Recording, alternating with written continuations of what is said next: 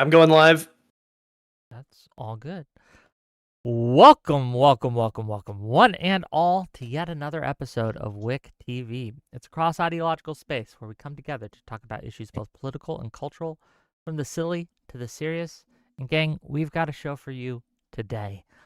Speak of the devil, okay? He comes right as we go live. We have a disagreement in the liberal world among Democrats of how to proceed if we gain power. Should we fight fire with fire? To what extent should we do what MAGA is doing to us, to them? Should we abandon any of our principles in order to beat the MAGA movement? We got some great people to talk about it, and I'd love to give the mic to them to introduce themselves, kind of give us their opening thoughts on the subject. And we're going to start by giving it to someone who's new to the show. Ryan Geddie, what are your thoughts? Tell people who you are, what you do, why we should listen to you, and what are your thoughts on this? Go ahead. Well, first, I just want to say thank you so much for having me. I really appreciate it. I'm a fan of the environment that you've tried to cultivate here. And my name is Ryan Geddie. I make YouTube video essays mostly, and I sometimes stream as well. And I'm here because I've enjoyed following this conversation as it's gone back and forth between a lot of the people that you see here and also a lot of others. And whenever I saw WIC put out the call for participants in this conversation, I just thought of something that I really wanted to bring to the conversation, which is the idea that not every change that we make from the system as it exists right now is illiberal. And not everything about the system as it exists right now is, by definition, liberal. There's a lot of things that we could change about the current American system, and that would actually be a liberal thing to do. And so we'll get into it, I'm sure. Well, thank you for being here, and I'm looking forward to what you have to say. Let's get the mic to Hutch. Go ahead. What are your thoughts? Thanks for having me on. I look forward to this conversation. So I've just been observing anecdotally for the last maybe 6 to 9 months that there's just a lot of liberals in the online space that are becoming, I would say, pretty radicalized.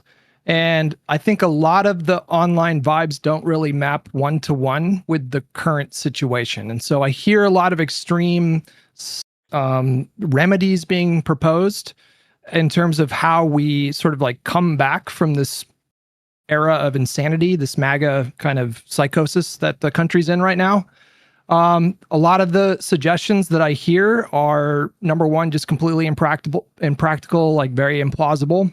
There's not really like a clear path to how to get these things done. And number two, a lot of them run the, I would say, extreme risk of just blowing up in our faces and having the opposite intended consequence in terms of like empowering MAGA and weakening Democrats in the future. And so I look forward to getting into the details with you guys. Yeah, me too. Thanks for being here, and we'll get into it as we go. Dev, please tell people who you are and what are your thoughts? Well, I'm Dev. I've been on the show a bunch of times at this point, so most people probably know who I am if you're a WIC watcher. And also, WIC, you definitely hang out in my spaces, so all my viewers who are coming over will know who you are too. I know that this the larger conversation is Hutch, you versus Destiny on this exact topic, because you guys have had this debate before, I think. And I tend to lean more on Destiny's side than yours, just because when I look back historically, I see things like the Nuremberg trials. And I don't think anyone would call the Nuremberg trials illiberal or anti-liberal, even though they specifically built up whatever institution that was to perform those trials after the war had ended. Right? It served a specific purpose, which was to persecute the Nazis, and it was a good thing to do ultimately. So, yeah, I just don't see how, if we're going to be the American left wing should go after, well, let's say Democrats, not left wing. The American Democrats should go after MAGA, but it's not illiberal to do so, basically. That's how I view it. Well, we'll get into the specifics, I'm sure, as we get into it. Let's give the mic, last but certainly not least, to Stormwolf. Go ahead. Yeah, I'm Stormwolf, or you can call me Rish, either one. I'm on the side that I think abandoning illiberal principles is kind of dangerous. I think there's a couple core reasons why. I think, first of all, I think Hutch kind of got at this, but I don't know if we've reached a point yet in where we are with dealing with the Trump admin as a whole, where we need to do it. And I think there's a risk to doing it as of like a backlash effect of like, once we set the precedent of like doing illiberal stuff, it treats liberalism like a tool of convenience that can kind of backfire in our face when Republicans inevitably do get power again, and they will be more brutish, they will be more willing to break liberal principles, and it'll backfire in our face. I think there's reforms and conditions to address first that can solve that problem that aren't needed, and that's kind of where I come at from in this perspective. Okay, well, thank you for being here. And with that, I guess we'll open it up. So I guess my first question, and this is to everyone here, right? Well, specifically to Dev first, you mentioned the Nuremberg trials and setting up an institution to persecute MAGA. Can you elaborate on that? What do you think that the Democrats should do to persecute MAGA? Can you elaborate a little bit, explain what you mean? Well, I think pretty much anyone who has cooperated with the current regime in a significant way with some of the crazier things it's done should be investigated. I think that should be the primary focus of the next DOJ. Can you get into more? Can you flesh that out a little bit? Like, what does that mean? To what level of cooperation are you, assigning this investigation to? And then what are you investigating them for? Like, are we talking specific crimes, or what are we talking about? I mean, if you just look at the stuff that, look here, let's start with the cabinet, right? Because I think the cabinet's probably the easiest to start with. You look at Pete Hegseth and the shit that America's been doing. By the way, no offense to any Americans in the panel. I'm not blaming you guys specifically, okay? But like the shit that America's been doing with regards to Iran or Venezuela or a few other, the deployment of ICE, that was Kristi Noem. But still, we can look at the cabinet and we can say, hey, these are things that are completely these are completely beyond the bounds of what a proper government should be doing. Let's investigate them to see if they actually broke any laws in doing this. I think that's reasonable. I guess my question is, if it comes out that like they didn't break any laws, like let's say that like there's things they're doing that we all agree are like wrong, but they aren't necessarily legal. What then? Do they get to go through the cracks on that? No, because I actually do think that they just have broken laws. I don't think any honest investigator or prosecutor would look at what's happened and said, oh yeah, they've done nothing. They've clearly done something. I don't think that this possibility is going to come to pass. Well, we have a remedy for that baked into the system already. So if individual states or individual actors want to sue the federal government for some policy that they're doing on constitutional grounds or legal grounds, then it goes to the courts. And that's already happened a number of times. We've already had the lower courts and even the Supreme Court put a stop to several Trump policies at this point. My understanding is that is the remedy, and the executive branch get, I don't know what the exact policy is, but they're granted like really broad latitude to pursue policy, and you rein them in by checking them at the time. I don't know if it's ever happened in the past where the next administration opened like an investigation into like the previous administration. To the extent that there are crimes being done that are outside of the like official duties of the executive branch, then of course I would support those kinds of prosecutions. I'm not sure about my debate partner. I just assume that he would be fine with that. But it sounds like you're proposing going outside of the regular order, and even invoking Nuremberg feels a bit fantastical, because I don't know what that means in the context of America. Like, we have a system already. We already have like a court system already. Well, why does Nuremberg feel fantastical to you? Because it was after a war where like 80 million people died, and it was just incredibly extraordinary circumstances that I don't think the current moment in the United States even comes close to that. I mean, sure, but it was also an ideological purge of the remnants of Germany's government, right? They did a denazification program specifically because they understood that if this ideology is not ripped out, then you cannot have a functioning liberal system afterwards. And they're correct on that. And I think MAGA, even though MAGA is not, hasn't killed 80 million people, it is the same class of thing where if you allow MAGA to continue on as it is, you will not have a functioning liberal democratic republic. So I think something. If I could. Go ahead, Ryan. Ryan, then Stormwolf. Yeah. Go ahead. Yeah. I think it's unnecessary to reach for the Nuremberg trials. I agree that that's a little outside. I mean, more than a little outside of where we are right now as a country.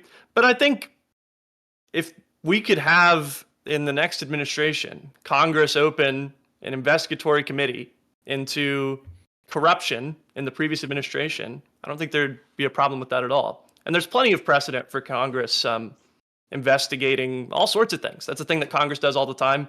I don't think that there's any need to set up a new institution to do this. I mean, it would certainly be controversial. Of course, it would be controversial to investigate the previous administration. But I don't think that's a good enough excuse to not do it. You know, I think it was a mistake to pardon Nixon whenever he was pardoned, and the excuse at the time was that it would have been controversial and that the country just wanted to move on. I think that was an abdication of responsibility on behalf of that generation who should have thrown that guy in jail. And I think, the next time Democrats have control of Congress, they should use the powers that Congress clearly has and has used, countless times. Yeah, I don't disagree with that much. I would agree that the Nuremberg trials, we just aren't at that moment yet. And also a large portion of the Nuremberg trials, I don't know if anyone disagrees with this, but like part of the whole thing that they were doing within the Nuremberg trials was trying to eliminate any like political prosecution. They were very about like proving it. They still did investigations. They did not let the Russians appoint show judges like they wanted to. They actually didn't let like certain Jewish leaders help with the appointing of judges. They were very like clear about wanting to create this as like clear cut of a legitimate case trial. So when I hear people talk, and I don't know if Dev is arguing for this, but when I hear people talk about like doing extra legal stuff to go after people, or doing stuff that's like maybe even illiberal to go after people, or like saying we're going to prosecute anyone who cooperated, even in the Nuremberg trials, they didn't go after everyone who cooperated. They only went after like a little under 30 people associated with the Nazi regime, right? I feel like we're advocating for even worse than the Nuremberg trials, and I think even like Dev said, I don't think we're at a place worse than the Nuremberg trials when we start advocating for this. Hold on a second. I'm reasonably sure that, for example, if you couldn't be a teacher in post-war West Germany if you remember the Nazi Party. It was for like 20 years you could be a teacher. Is that what you're advocating for MAGA? So if you're found to be MAGA, right, in a future Democratic administration, you don't get to teach at a school? I wouldn't go that far. No, I wouldn't go that far. It's not quite that crazy. But I mean, I think something akin to what was done after the American Civil War is probably appropriate, where it's like, okay, none of you guys can hold office again. I think that's reasonable. If you're somebody who's like if you're in the cabinet right now, you don't hold office again. Like you're done. The issue. Before. I want to see if Ryan agrees with that. Do you agree with your partner here? Do you think that if in the future, right, Democrat administration, should we legally bar the current administration's cabinet from holding office in America again? So say Pam Bondi wanted to run for governor or senator or Congress somewhere. Would you legally bar her from doing that? I don't know if we could legally bar them from doing that. I don't see how we would. If there was a legal process to do that, right? Because there is a legal process. We could impeach them after they leave office. We could impeach them, which would prevent them. They don't have to be in office to be impeached. Sure. We could impeach them, and then that would prevent them from holding any office ever again. In fact, that's what we should have done after January 6th to Trump, but because the Republican senators are cowards, we couldn't do it. And I mean, if we could impeach them and prevent them from ever holding office again, that'd be fine by me. But I don't think that there'd be any way to actually, like, you can't just pass a law and prevent people from holding office. That's not something that you can do. No, you would have to amend the Constitution. I was also going to say, like, if they committed crimes, you could throw them in jail. I think that's a much more likely outcome. I mean, Tom Homan accepting a $50,000 bribe. This was before the administration even started. That guy should be in jail right now.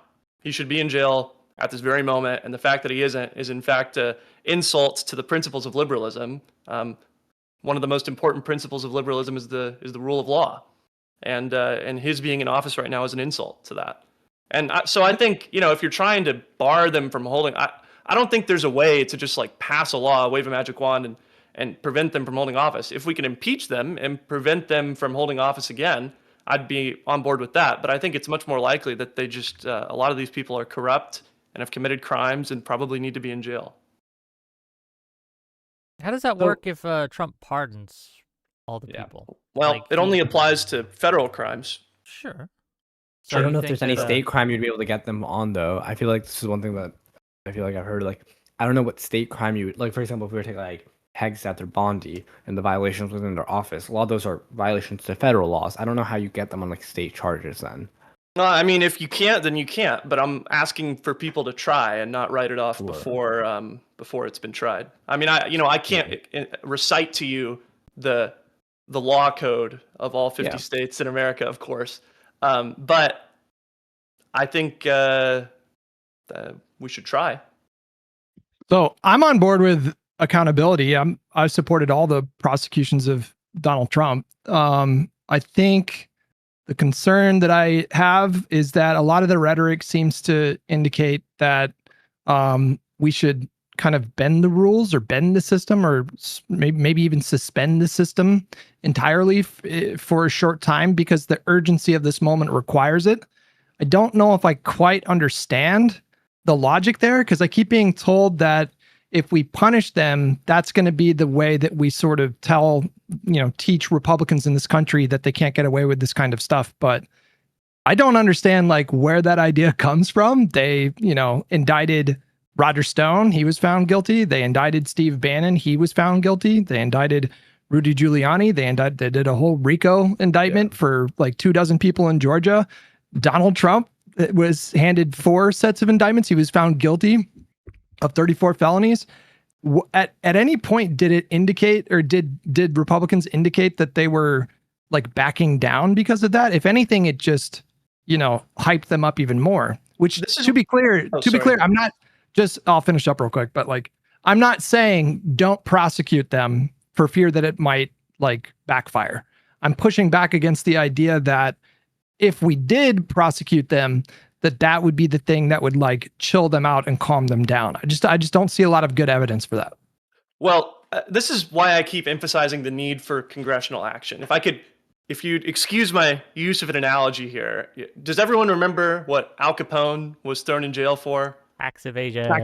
For tax evasion, right? He wasn't thrown in jail for being a mobster, right? Eventually, though, I think it took until the 70s, we passed racketeering laws, which allowed us to throw people like Al Capone in jail. What we've been doing so far, and what I think a lot of people probably are erroneously suggesting as a final like fix to the to MAGA, to the abuses of power by the Trump administration, is the equivalent of getting Al Capone on tax fraud, which is a good thing to do. Al Capone was a horrible gangster, and he should have been in jail. He's responsible for the death of, a lot of people. He should have been in jail. And so getting him on tax fraud was not a bad thing. But it wasn't a fix to the problem, because so the point that I'm trying to make here is that just in the same way that further laws were needed to address the problem of organized crime in this country, and so we had to pass racketeering laws, Congress needs to take action to prevent something like this from happening again. Well, that's the only way that something is going to be prevented from happening again. Just real quick, what does that look like? So you say it's it's not a final solution. What would be your final solution? Whoa. Jesus Christ. So you say take action. Okay, take action. What do you want them to do? What do I want Congress to do? Yeah. I want Congress to pass laws. Well, there's a lot of things I'd like Congress to do, and in regards all to of this, these, obviously. all of these have to do with making the country more liberal. So first thing I'd like Congress to do is eliminate the filibuster, because there's basically no way that any of this is going to happen without eliminating the filibuster. The filibuster, in my mind, is a illiberal institution anyway. It was an efficiency reform, the silent filibuster anyway, that's only existed since the 1970s, and it's just gotten totally out of hand. So eliminate the filibuster. That's number one. Congress needs to set up a committee to investigate corruption. This needs to be Republicans and Democrats. Ideally, people like Bob Menendez need to go to jail as well, for taking gold bars from the Egyptian government or whatever. But people in the Trump administration are corrupt. If we want, I can go through all, Elizabeth Warren for 100 days of Trump being in office, read into the record 100 instances of illegal corruption by the Trump administration. That type of stuff needs to be punished. Congress should also try and assert its authority to rein in the power of pardons. The pardon, as it exists right now, is a crazy institution. If Congress is able to do anything they should try and do it. Congress. So I already mentioned the investigating committee. We should try and be adding states to the union, Puerto Rico and DC most notably. But I mean, frankly, they deserve representation, and I think it's bad that they don't have representation, and it would probably be good for Democrats as well. And Congress should also do Supreme Court reform. Congress should be pushing for the Supreme Court to, I don't know whether we're talking about either standardizing the amount of justices that are on the Supreme Court, or, a binding code of ethics for Supreme Court justices so they can't take cases whenever they have business dealings with the people who are before the court. All of these things are things that Congress could do to try and root out corruption. But that's enough time. Dev, I'm curious, do you agree with those, or would you want to go further than that? I certainly agree with all of those, yes. But I've been taking notes here just so I can comment on a few things, I think. I think, Hutch, both you and Stormwolf said something to the effect of, that going after MAGA is not going to calm them down. It's not going to make them de-radicalize. But I think the honest truth is they just invent reasons to be radical anyway. Like, they say so much stuff has happened that actually hasn't happened, and they use that as a pretext to go even further. And they don't need an excuse to be more brutish. They just invent excuses. So I don't think what Democrats do is going to change that much. But that doesn't that doesn't really respond to my. Go ahead. No, Hutch, then Stormwolf. Go ahead. Well, I was going to say that doesn't really respond to my point, though. I'm not saying that they won't find a reason to go ham. I'm saying that punishing them has not demonstrated that it would dissuade them in the future. I mean, it just, they keep doing the fuckery. And so it sounds like you're saying that we should consider extraordinary measures because we have, I don't know if this is what you said. This is what kind of the argument other people are making. I don't know. Maybe you could actually, you know what? I don't want to assume anything. So just tell me, sure. Yeah. I do think the solution to that problem that you just brought up is to punish them harder and punish them until they break, basically, because it needs to happen at this point. Things are going to get better otherwise. Elaborate on that. Punish them harder. Yes. Give us examples. Yes, as in, I don't know. I think that every single person who is in Trump's cabinet should be facing charges as soon as a Democrat president is in office. And I think that basically the job of the Democrats from now until they win is to basically, in behind the scenes, kind of set up what they're going to be doing in terms of prosecutions, and then get that rolling immediately. So you would concede that punishing them hasn't dissuaded them yet. You think that we just haven't punished them hard enough. And then absolutely, if we do that, then it'll just fundamentally change the Republican Party, and I guess they'll go in a more Rubio direction. I think if they take enough L's, yeah, and they have not taken nearly enough L's for that to happen yet. I mean, so here's where I'm at. I feel like I might even grant that it's possible that they're more dissuaded. I also grant that I feel like it's also fair to say that it might invigorate them more. I mean, you can look at the Twitter files when they thought they were being censored. You can look, and you're right, they do make up stuff, but that stuff is always used to justify things. And if you have an actual, what they feel is an actual political prosecution, imagine how upset they're going to get. And the idea of punishing them, dissuading them, I don't buy it. I mean, we can look at the Al Capone example, and the analogous thing would be Trump getting charged on those state crimes, and whether or not you think they were legitimate, I think they were fine, but that didn't really dissuade Trump, did it? Nothing of that dissuaded anyone. It wasn't okay, even if they can't get us for these higher charges like the insurrection, they're going to get us anyways. It didn't dissuade anyone. That's true, but in my opinion, it's only because Trump won in 2024. If let's say Kamala Harris won 2024, right? And now here we are 2 years later, it's 2026. What do you think would have happened to the MAGA movement? Because Trump would be in jail. They would have been in a lot of trouble. But I think Trump winning in 2024 was just a temporary Band-Aid. I think we were always headed for this moment right now, which is, just to be clear about what the situation is currently, the current state of the MAGA movement and the Republican Party is they are fully collapsing. Now, I'm not saying to get complacent and that the Democrats can just coast, because they have their own problems too. But, I think that they would have had a really tough time finding a successor and keeping that movement going if Donald Trump had lost and ended up in prison. Also, wait, just a thing. You say that only happened because Trump won, but also then why aren't we seeing people think I feel like we're not seeing this admin chill out now they see Dems are winning the midterms and probably and they're losing their support, right? It feels like this admin's still going full scale ahead, right? So I'm curious, this admin knows that that's probably in the future, except it just doesn't seem like they care. Isn't that a point against what sort of you and Hutch are saying? Well, I'm saying that Yeah, it means that I do think so, prosecution isn't actually, enough, yes. and I'm saying extra legal stuff doesn't seem to like they don't seem to care about it either. I'm saying I see no reason why punishing them is that's what I'm like. I'm not saying punishing them is bad, but I feel like it's better to focus on like reforms and stuff because I feel like you're always going to have bad faith actors in the system. I think it's like in Madison wrote in like Federalist 51 about how no men are like angels or whatever. It's about making your system strong enough. I feel like when we look to these extra legal stuff, we're almost setting precedents of like okay, or like illiberal stuff. We're almost setting precedents of like well, look, we're going to do illiberal stuff, and then MAGA can use it, or whatever the future is, to use it justify and say, okay, now we need to do illiberal stuff to get revenge, and then there's just going to be more brutish in it. It creates this like endless cycle is my concern. So here's the thing. I don't view it as illiberal, fundamentally. I think it's well within the bounds of liberalism as a political philosophy to do some of this stuff. This actually leads into the second note that I wrote down. You talked about suspending the rules, Hutch. Like, do you believe that suspending the rules temporarily is actually an illiberal action? It really depends on the context. Like if you're doing it in an existential moment, a truly existential moment, then I would say no. But right now, I don't think we are in a truly existential moment. Well, Democrats can't do it right now anyway, right? So that's. But I guess what I mean is like if you look back to like the COVID lockdown era and you look at what a lot of the libertarians were saying back then, they were making arguments basically from liberalism. They were saying, hey, our speech is being restricted on these social media platforms. Our right to assemble is being restricted because there's lockdowns and there was a reason to do that because it was a pandemic. And so the counter argument is, hey, we can actually restrict some of these liberal rights in emergencies, in specific for a specific time frame, for a specific reason. It's actually okay within a liberal framework to say, hey, we're going to cool down on some of this stuff for now. And that's what happened during COVID. And a lot of libertarians didn't like it, but it was probably the right thing to do in retrospect.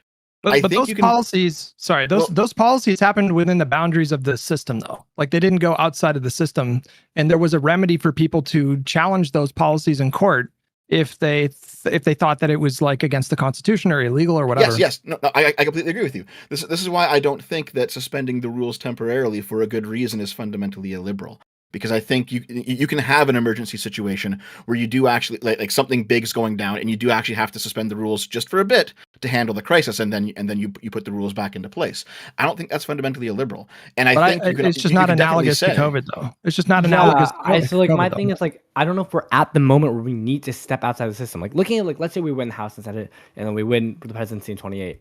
I don't know if we need to like start doing things that might be considered illiberal or suspend the rules because I feel like we have the tools within our system to pass meaningful reforms, to go after people for corruption. I don't know if we necessarily need to like step. And I guess like to kind of center it, this might take us back a little bit, but like when we say like, because at least I was under like when we say like we want to abandon liberal principles, what does that look like? I guess because it seems like we all agree prosecuting can be within the liberal context. So what is like the disagreement here between like our prosecution methods is what I guess I'm getting at.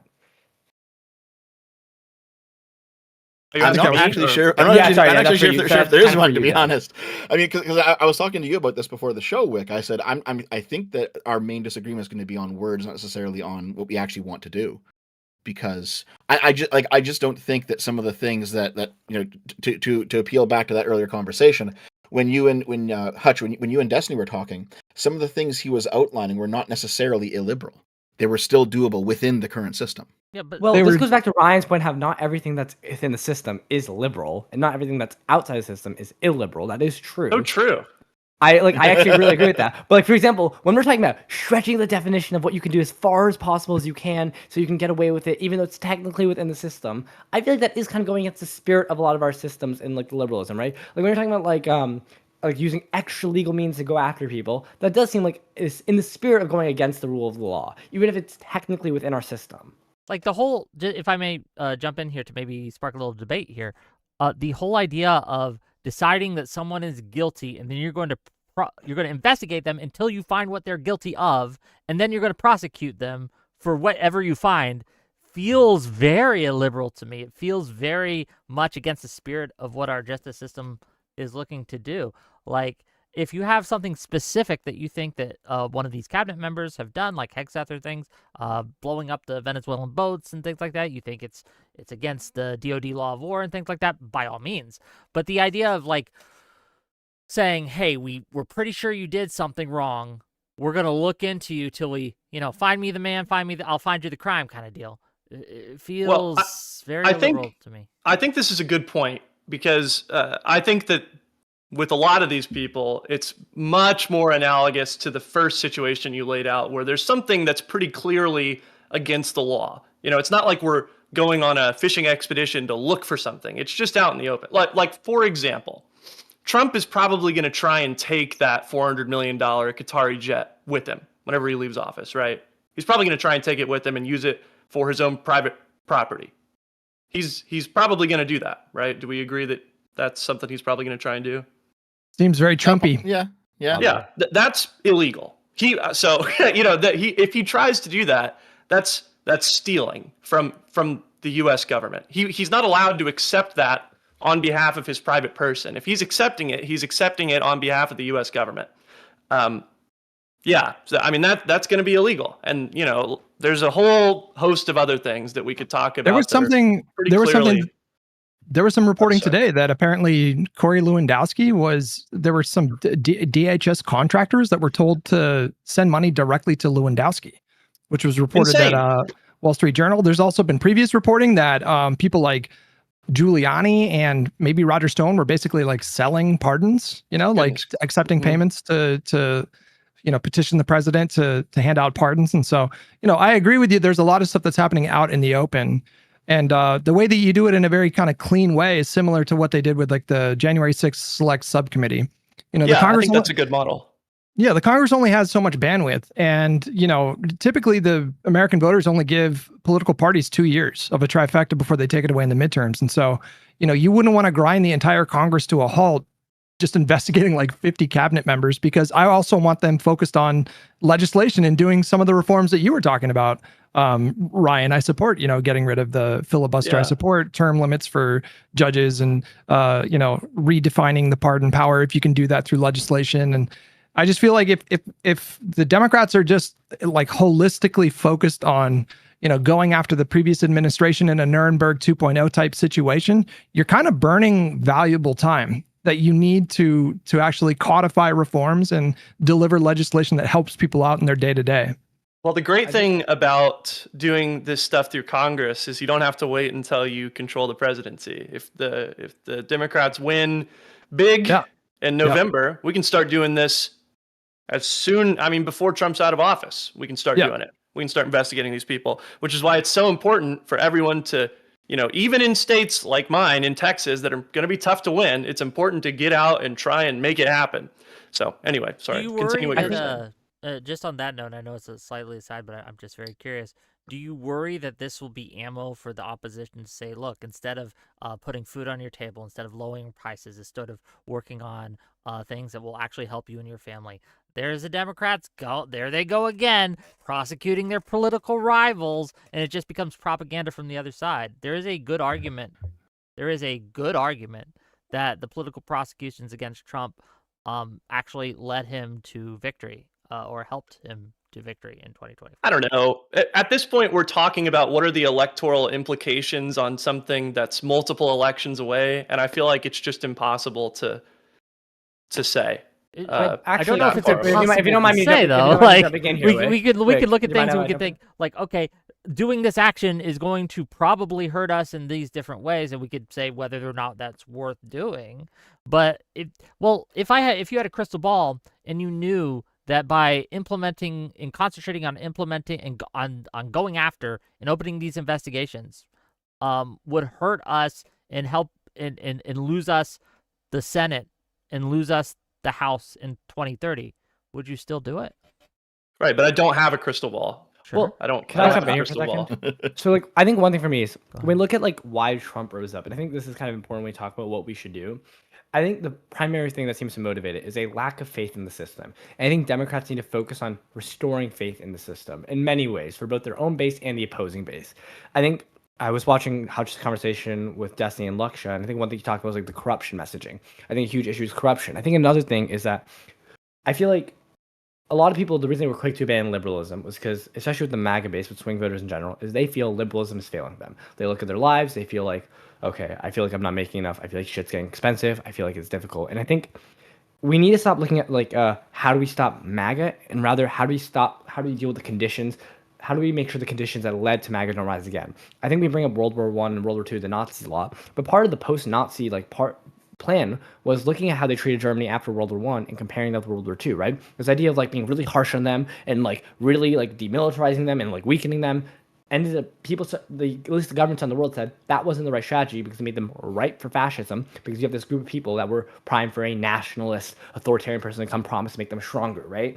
I think what you need to do is you need to pass reforms that fix the system and restore faith in the system. You need to go after corruption, and it should be a bipartisan committee that people don't feel is political, but feel like it's about going after corruption as a whole in the government. And you need to make liberalism work for the people, right? I think those are your primary concerns. If prosecutions come about from that, that's fine, but I don't think that should be the goal as much as it should be a example of the system finally working.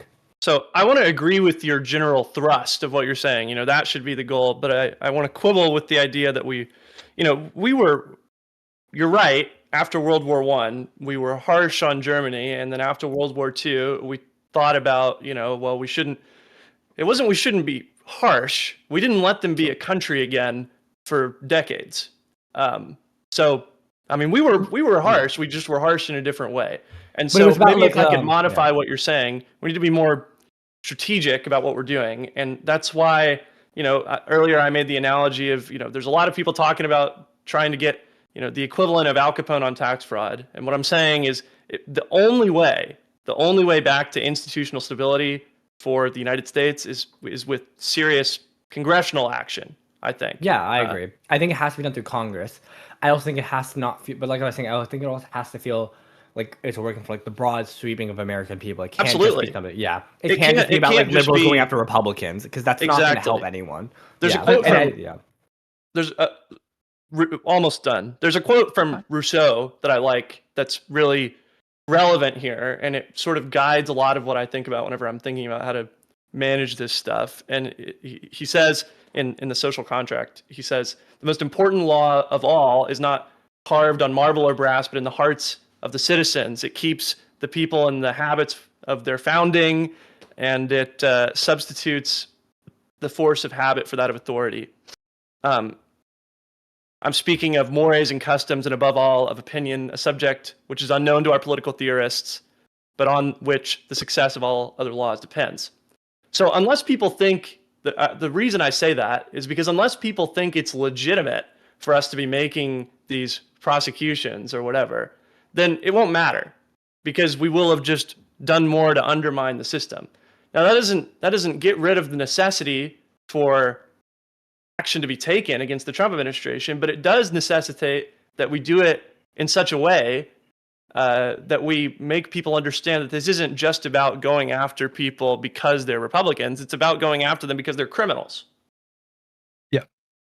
So I agree with all that, but I think the ultimate issue is, if after it's all said and done, if the people who have obviously committed crimes do not get punished for that, I think you will just have MAGA again in the next cycle. There has to be something else. I don't agree. I think if you address the reasons MAGA rose up, which is, I think, twofold. One, people not trusting the system, and then two, people feeling like liberalism wasn't working because not only was there lack of faith in the system, because their own material lives weren't super functioning. I think you're more likely to have MAGA than if you simply let people get away. If people see the corruption prosecution, say, yeah, those people got away, but we prosecuted corruption, we're showing we're making an effort against corruption, I think people across the aisle will have a faith in the system. If you get, like, for example, Kristi Noem with $220 million, or like with that like advertising thing, if we find out that was some kind of linked to some corruption thing, right? If we get that, liberals will be happy. And if we also showed like Bob Menendez, I mean, he did get convicted and sentenced, of course, but like instances like that, or like the Eric Adams case, like these types of things, I think you get a broad sweeping allegiance of people restoring their faith in liberalism, which makes the likelihood of another illiberal movement rising up a lot less likely. So I agree. I agree with all this as well, but I'm not necessarily talking about the average person who sees their life getting better or worse and then making choices. I'm talking about the actual people in power in the Republican Party, where if they get away with it this time, they're going to be saying to themselves, "Fuck it, let's just do it again. Let's just lie and cheat and steal again. Fuck it, we're not getting prosecuted for this shit. Let's just do it again." That has to be stopped. Well, that's why you do political capital Go for it. ahead, Because Hutch. the I reason want to hear from Hutch, please. Sorry. Yeah. Well, that's why you do reforms. Like you do the reforms to fill in these gaps, to rein in the executive, to rein in the power of the pardon, and to decrease the likelihood of this happening again in the future. Like the reforms that we do that Congress could codify would do way more to prevent Can you future give me- Trumps can you- than just taking real quick, extraordinary Hutch. measures to incarcerate Trump. Yeah. go ahead. What like when you say reforms, can you give us examples so we can know? Because just saying reforms doesn't really help, in my opinion. Well, no. I mean, Ryan touched on a few of them. I mean, like, first of all, it's just really hyperpolarized in this country. And so it's difficult to imagine either party getting to 60 votes. And as such, it's just impossible to get anything done unless you get rid of the filibuster. So that would have to go like day one. Are and then you after worried, that- though, if getting rid of I know this isn't the debate topic, but if we didn't have the filibuster, we'd have the SAVE Act, and that would be horrific. I think like my best guess as to how that would play out is that I do think it would be quite volatile in the beginning, but if the Republicans want to use simple majorities to get rid of legislation that people end up liking, like the ACA, then ultimately I think they'll pay a political price for that. And so I think like most countries in the world do these things by simple majority. I don't understand why America can't. I understand to. Yeah, right. I mean, I do understand the downsides. I really do. I mean, I'm glad that the filibuster is a thing now because we can block the SAVE Act, right? But it's just outlived its usefulness and it's just untenable. Obama told Brian Tyler Cohen in a recent interview, I mean, he got on board with getting rid of it because the structural imbalances are just getting worse in terms of like the population disparity, the representation in Congress and the Senate.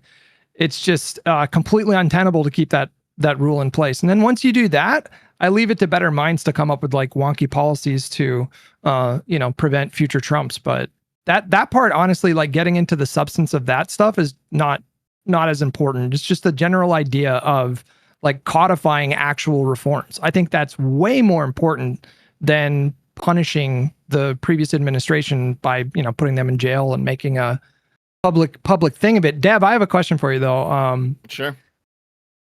So what are your thoughts on the possibility of if a Democrat is sworn in 2028 and they have a trifecta, and then I assume you want this to be spearheaded by the president, right?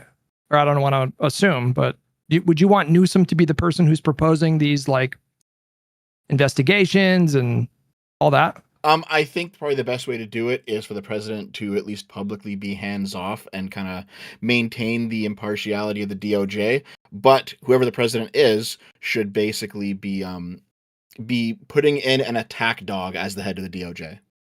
Well, I don't disagree with that. So it's hard to know what we disagree about if you don't get into the like more specifics. Well, here, let me put it this way, okay? Because I've been taking notes. Let's say that no one ends up getting prosecuted, dragged into court, thrown into jail from Trump's administration, all right?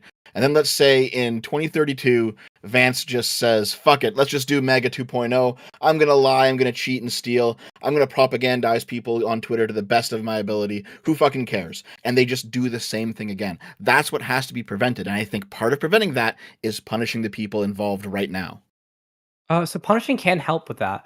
But kind of what I was getting at earlier is part of the reason Trump's able to get away with so much is that he has this political capital. And part of that is because he has a group of people he can appeal to that don't trust the system, right? So when they hear him talk about like the deep state, when they hear him talk about like all this other bullshit, they feel motivated and they feel like, look, he's fighting for us, even if he's not. The reason why he's able to get away with his lies and no one cares is because they feel like, well, everyone lies, right? You need to show people that liberalism can work. And this is why I keep going back to like this, making the system work for people removes the threat. And that involves both like the material conditions and the reforms that stop the ability for those lies to be effective and for that bad faith actors to be effective, right? If you don't have the political capital to do it, you won't have the Senate votes, you won't have the House votes, and even if you do, people are going to be very skeptical of doing it because they know, like, especially I think midterms now showed that when you overextend your mandate like this, you get fucked.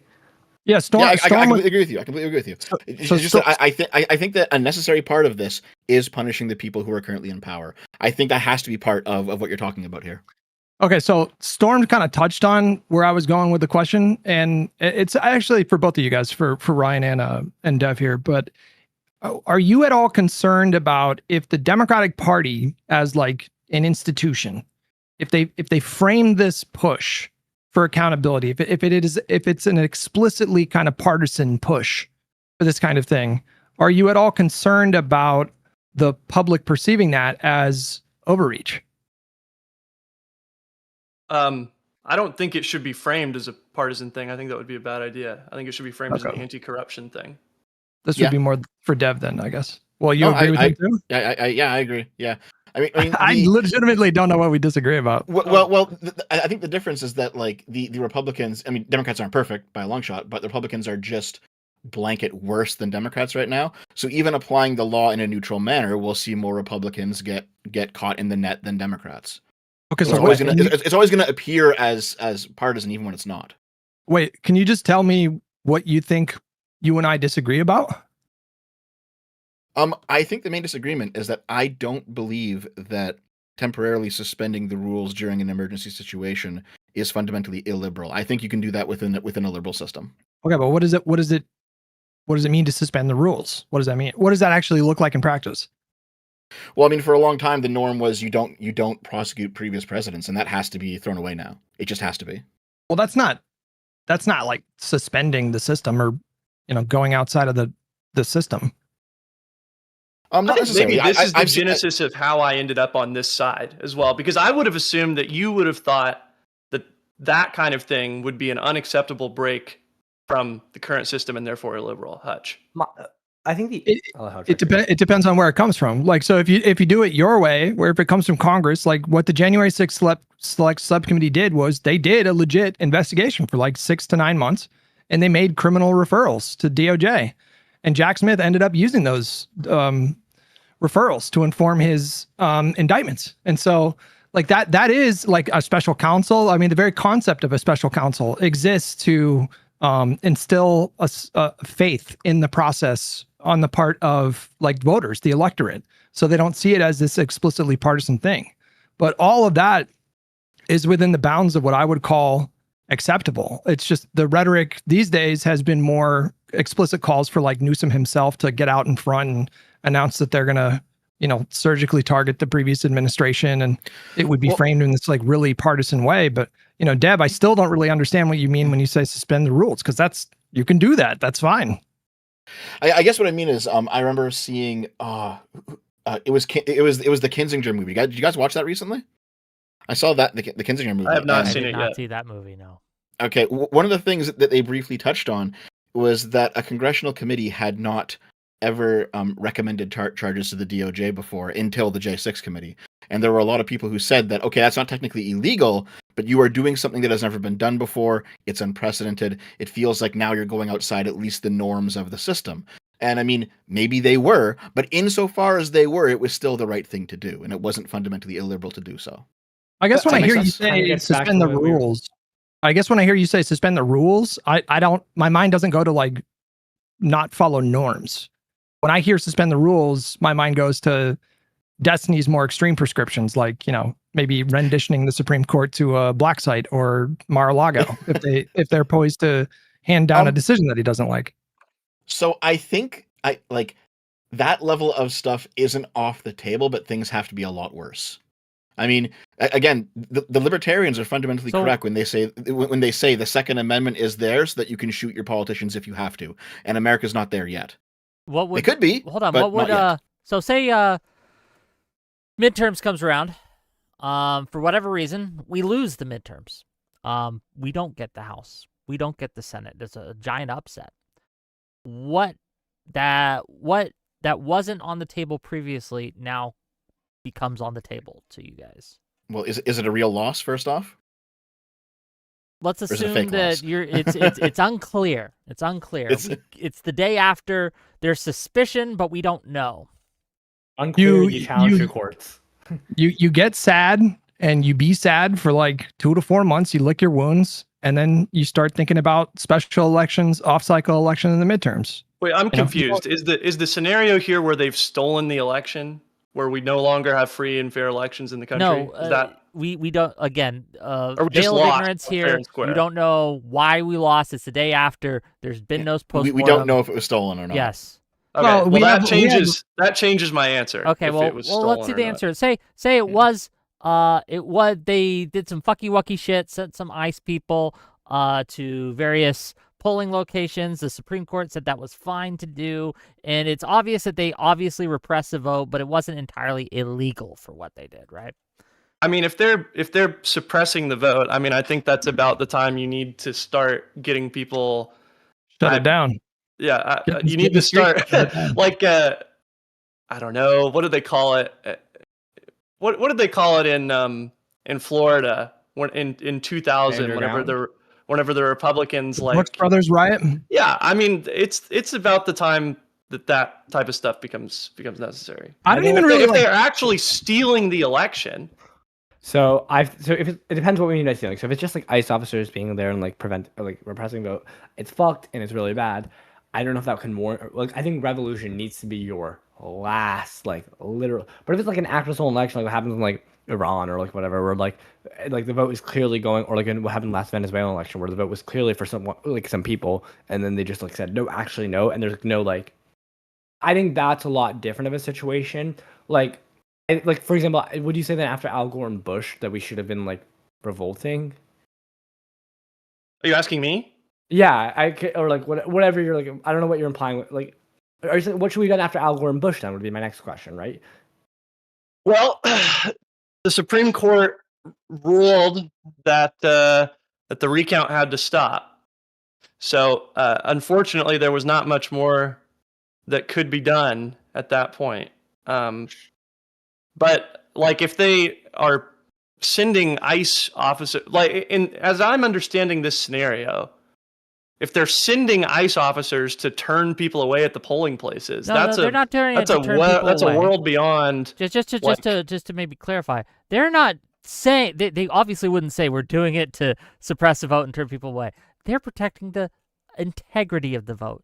To make I don't even like getting into these hypotheticals, to be honest with you, because I feel like the doomer stuff, I'm afraid that people are going to hear it and they're going to be less motivated to vote if they think that MAGA's legit going to steal it. That's going to be really, really, really difficult for them to like steal the midterms or steal the next election. They can do some like process fuckery. Republicans have been doing that for years with like different like voter ID measures and redistricting, whatever. Like, well, so I mean, like, look, if they send ICE agents to polling booths, I'm telling you, it's going to boost turnout by like 10 or 20%. It's going to have that might be true. Have you ever heard the Streisand effect? It's like the Streisand effect, like where you try to suppress. It happened with Talrico. Yeah, it will 1000%. It'll energize the Democratic voter base to such an insane degree. I'm just so sure of that. And our election systems are extremely fucking secure. So, but if we think that there's fuckery in some county, like literally votes were manipulated, we have audits, we have recounts. These are done, with Republican and Democrat like witnesses that watch the whole thing. So it's just really, really difficult to switch votes in a voting machine and get away with it. It's just really hard to do that. What I was trying to say is like the reason why I asked about the Al Gore Bush thing is because I feel like what's being described, I think, is kind of honestly a little bit similar, where like people are being maybe disincentivized to vote, or their vote isn't able to be counted, because the whole thing with the Al Gore shit was like some bullshit with the way the ballots were printed, right? And like a bunch of fuckery there, and the recount not being able to go through. I think that like in the situation Wick has described, I feel like you don't. I know it sounds like really weird to be like, okay, they're fucking with elections, but it's not time to like abandon the system yet entirely. It might warrant some other actions in the presidential election, like maybe having like state governors deploying their National Guard to be there with ICE to like kind of counteract ICE or whatever. I would have to think about it more, because again, this is a crazy kind of situation. But I think, assuming elections are still possible, if it's just an intimidation tactic, I think then like I don't know how much you warrant it. If they're actually being like, no, you can't vote and you can't vote, then that would warrant more drastic action. Well, I agree. If they're just sending people to sit outside no, I think Hutch is probably right. That would probably increase turnout, not reduce it. Probably. Let me read some super chats and we'll get to the discussion once again, but I do need to make a little money today, so I appreciate that. And if you have a super chat and you want to ask these lovely gentlemen a question, if you have a comment that you want to share, by all means, give me money and I'll do that. $5 from Zontar Dow. Americans don't know this, but the Trudeau-Carney Liberals are MAGA with Canadian characteristics, right down to a need for Nuremberg to reestablish law. Well, thank you for the $5. Canadians, I don't know what to tell you. Dev, that seems like a problem you need to solve. Anand's Spy. He's wrong, TLDR. For $10, says, this is for Hutch. Before MAGA, Republicans fought and won in courts to legally disenfranchise voters. I'm talking about cases like Shelby County versus Holder. How should liberals fight back? I mean, the best way, honestly, I think like there's two things that are going to stop MAGA in the short and long run. And one of them is winning elections and the other one is doing reforms. And so the first step here is just to win elections. Just win as many fucking elections as you possibly can. Run moderate candidates in purple districts. Endorse maybe even slightly conservative Democrats in red districts. Just like expand the map. It's going to be really difficult to do stuff if we can't win elections. But if we do, then, and I'm talking about at the state level as well. And then you challenge them in the courts. But I don't know what other thing you're suggesting here. I don't think that meets the threshold for get out there and do basically kind of like a quasi-revolution.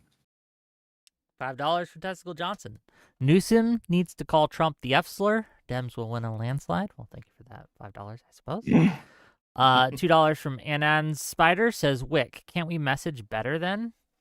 I'm assuming you're referring to my comment about messaging on political prosecutions and things like that. I mean, we could, but will that help? I don't know. $2 from the Goodman says, anyone recall the Andersonville event? Does anyone know what that is? I don't. No. Feel free to elaborate. $10 from Oversized Trash Can says, elections are won at the margins. Ignore Uber MAGA. They'll see any consequences as political. Worry more about overstepping your bounds with swing voters while doing your punishing. Thank you for the $10. And to that, again, like one of the reasons that Trump is losing right now and MAGA is losing is because the public perceived as corrupt. Yeah. Well, not just that, but they see the prosecutions against Comey and other things, and they really don't like political prosecutions. So I guess my concern is that all this talk about we need to go after the Trump cabinet and this has to happen, it just seems to be counter effective when it comes to actually getting votes and winning elections. It might help the system, but it doesn't help us win elections. In fact, there's some evidence that it hurts us winning elections. There's a clear path right now for Democrats, and they're already doing it, to run anti-corruption platforms, like center their platforms on kitchen table issues, as they say, or affordability. But, you can definitely talk about government corruption. There's a heavy anti-establishment kind of vibe going on in this country where it's perceived that, politics are inherently corrupt. And right now, Donald Trump is just embodying just the very worst of that kind of sentiment. And so if Democrats, run smart campaigns and win elections and then do corrupt things, we're just fumbling the ball. Like this would be, I agree, like with Storm. I honestly would take it so much further in terms of like trying to restore faith in the institutions. In my fantasy, day one that, President Newsom or whoever is inaugurated, or whenever they get their attorney general confirmed, they do a joint press conference and the president explains, because it seems like a lot of people just don't know about the post-Nixon reforms and the fact that the DOJ is supposed to be independent. There's not supposed to be any kind of direction from the president as far as like specific people. He can kind of give policy goals, but not like go after this person, go after that person. Like it would be a really good opportunity for the next Dem president to get up there and explain why that norm exists and just like double and triple and quadruple down on that norm. Look the attorney general in their face and say, if I ever call you and tell you to, prosecute this or that Republican, I want you to go to the media right away, resign, whatever. Like, I think you do need to start taking significant actions to restore faith in our institutions. Because if that doesn't change, then we're going to be on this merry-go-round for decades. I mean, I think one person, just to piggyback off, when you look at like potential nominees, I think one person people are really looking towards is Ossoff, precisely because he has that kind of messaging. Talarico as well is gaining popularity because of that kind of messaging. I think that's kind of like the what's really I think not winning, but like that seems to be like what's gaining steam right now, at least from my perception. Any other comments on that one, or else we're gonna keep moving? I mean, I just would emphasize the need for something a little more concrete than just the president making statements. I mean, I agree, it's necessary to restore faith in the institutions, but I would just emphasize the need for Congress to take action to make that more concrete. I don't think Hutch disagrees. I think Hutch was just saying like on a day one thing that he should inform people. Yeah. I'm sure Hutch would agree that like a more formalized law saying the president and DOJ have more independence is not a bad thing. Actually, I have a Right, question but for you that on guys its who own- want. Okay, well, Oh, sorry. Go we're ahead, gonna go get ahead, to go your ahead. question, Dev. I want to make a little more money. We got a few. Okay, sure. Super chats. $10 from J Ray.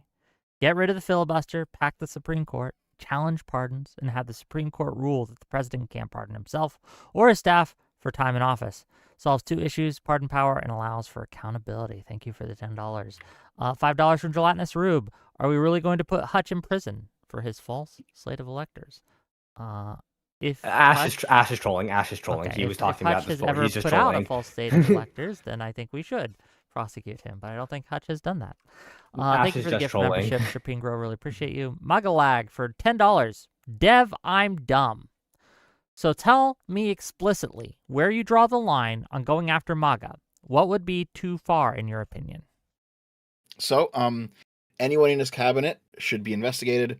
Anybody who's a part of the congressional committees that have been doing the fucky shit with regards to corruption, they should be investigated.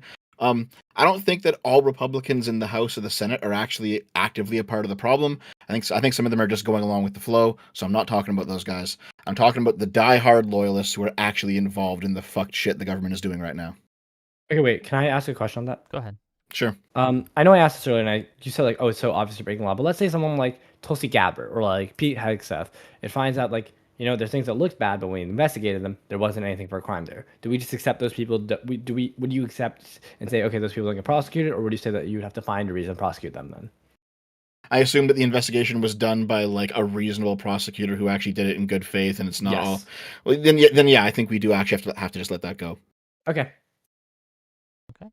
$2 from the Goodman to say Andersonville, 1864-1965 Union Prison Camp. Are you talking about I don't know anything about that. Lincoln suspended habeas corpus? Are we talking about that? I'm not sure. 100 CZK. I don't know how much that is, man. From Matrix, that says, if perceived crisis warrants suppression of rules, I should start acting as the left claims they already are, not the opposite. Okay, thank you for the 100, whatever those are. Appreciate it. I guess to kind of maybe get a little more disagreement here. I worry, and I'm going to talk to you directly, Dev. Like when people hear you say things like, "Well, I think we need to suspend the rules. I think that we need to." There's a time to go violent. Like violence isn't against liberalism and things like that. I think a lot of people worry that just like when it comes to Nazism, a lot of people who aren't Nazis have been called Nazis, that a lot of people are going to use this as a chance to kind of go after people who aren't necessarily as left as they are and say, well, he's actually MAGA adjacent and we should go after him too, right? In the way I see this kind of like actualizing is there are a lot of Democrats right now, and I have them in my community, and I see them on Twitter, who just want Republicans punished. It does not matter whether or not they actually broke a law or not. They want blood. And how do you address that? How do you address this kind of rising need for revenge that I see in the left and the Democratic Party?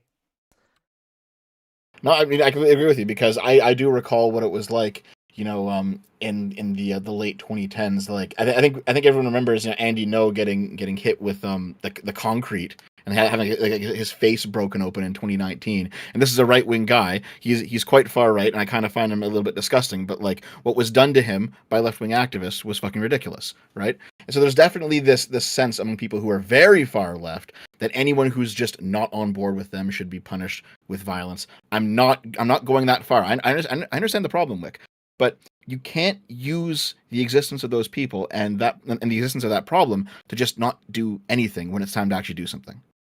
You know what I mean? I do.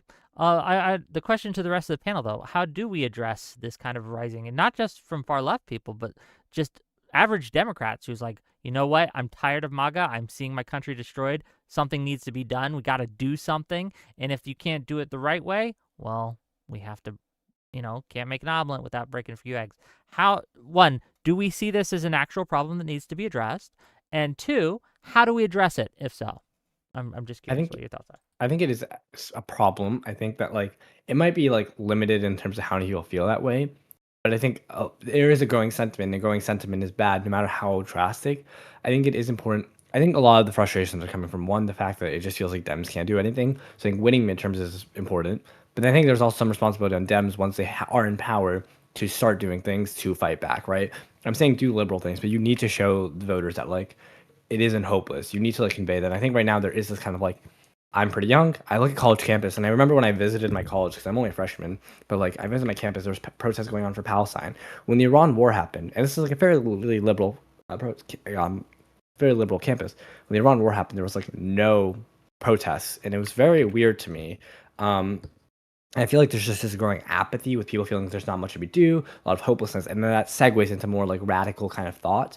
I think there needs to be like that's why I think winning the midterms is kind of it's a little bit upsetting that like it's the only thing we can look for, but like that is the most important thing because once we have that power and we can actually act on that power, I think that general apathy might start decreasing because people actually see things getting done. Also, just to chime in real quick, I just think that the whole rising leftist violence thing is not really the problem that it once was. I mean, there's still violent people out there for sure, right? But like, I'm not just Antifa. yeah, I'm not just talking about violence though. There are a lot of people who well, let's talk about packing the Supreme Court, right? That seems a fairly illiberal idea on the face. I don't know if it's not illiberal, but I definitely think it's a bad idea. It's not illiberal, but it is definitely a bad idea.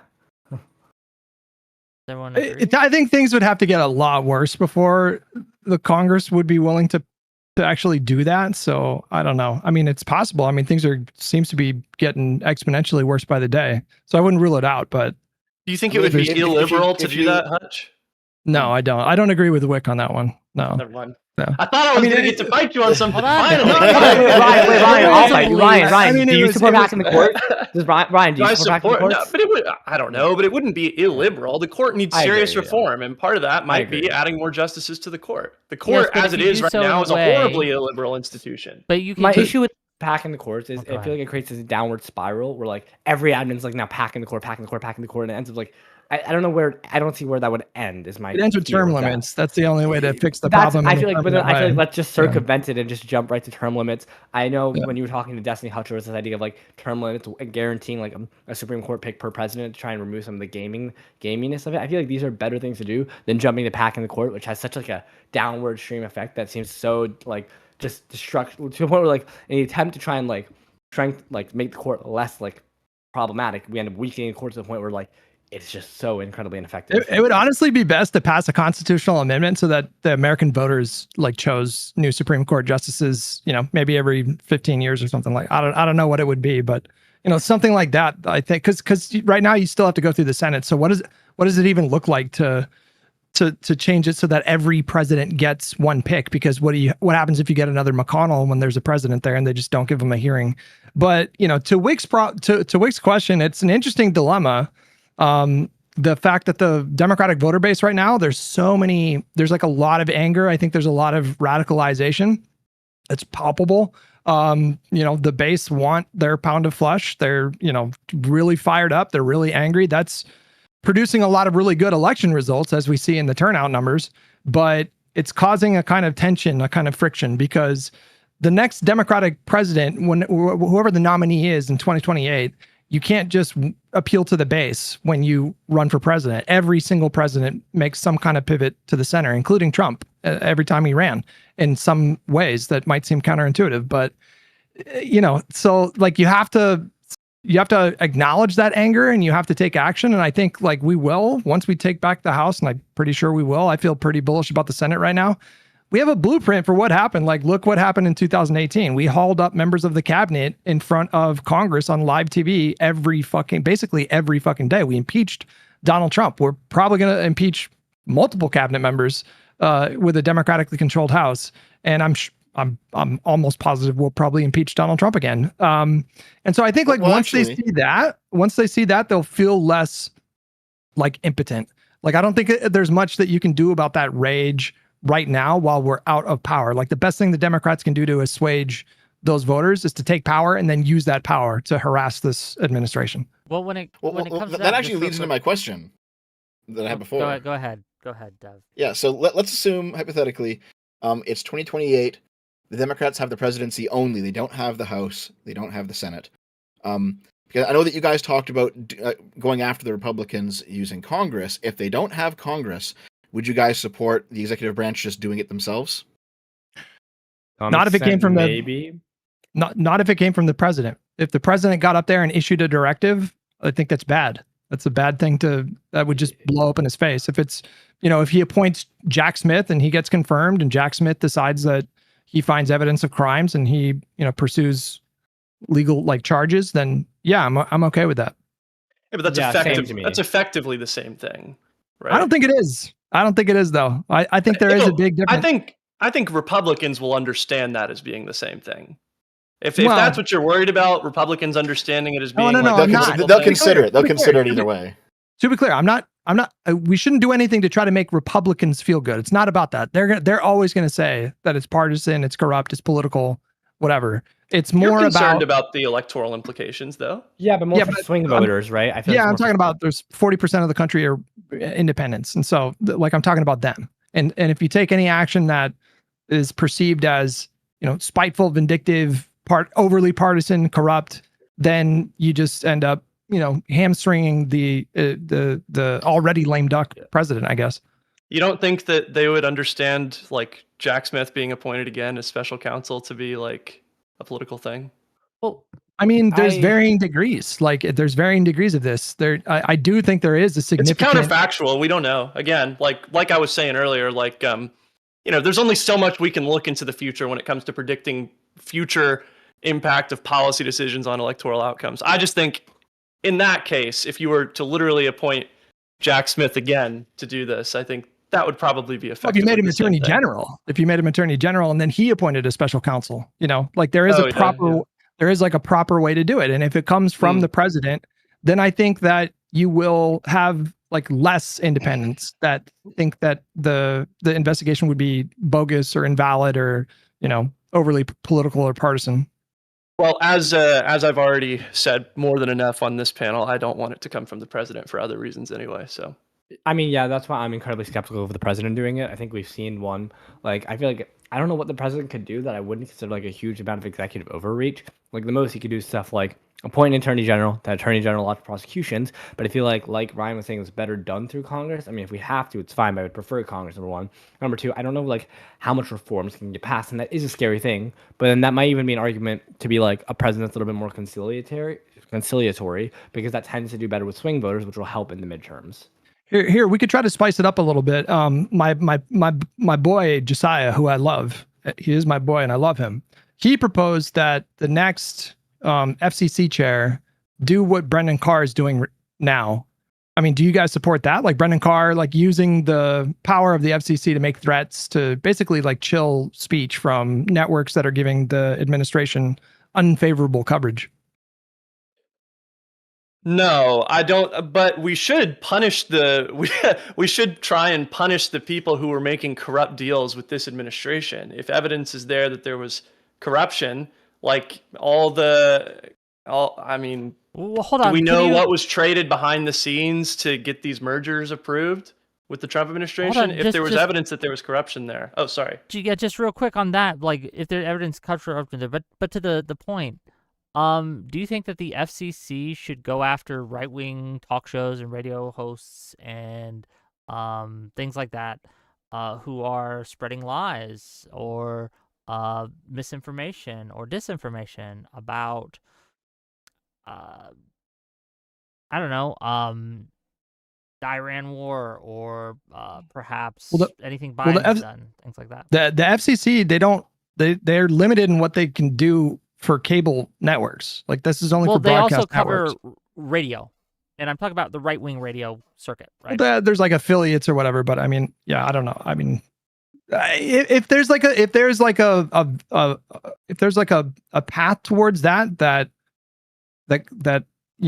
goes through the proper order. If they did violate regulations or if they did violate the law, then prosecute people who break the law and fine people who violate regulations. You should just do that across the board.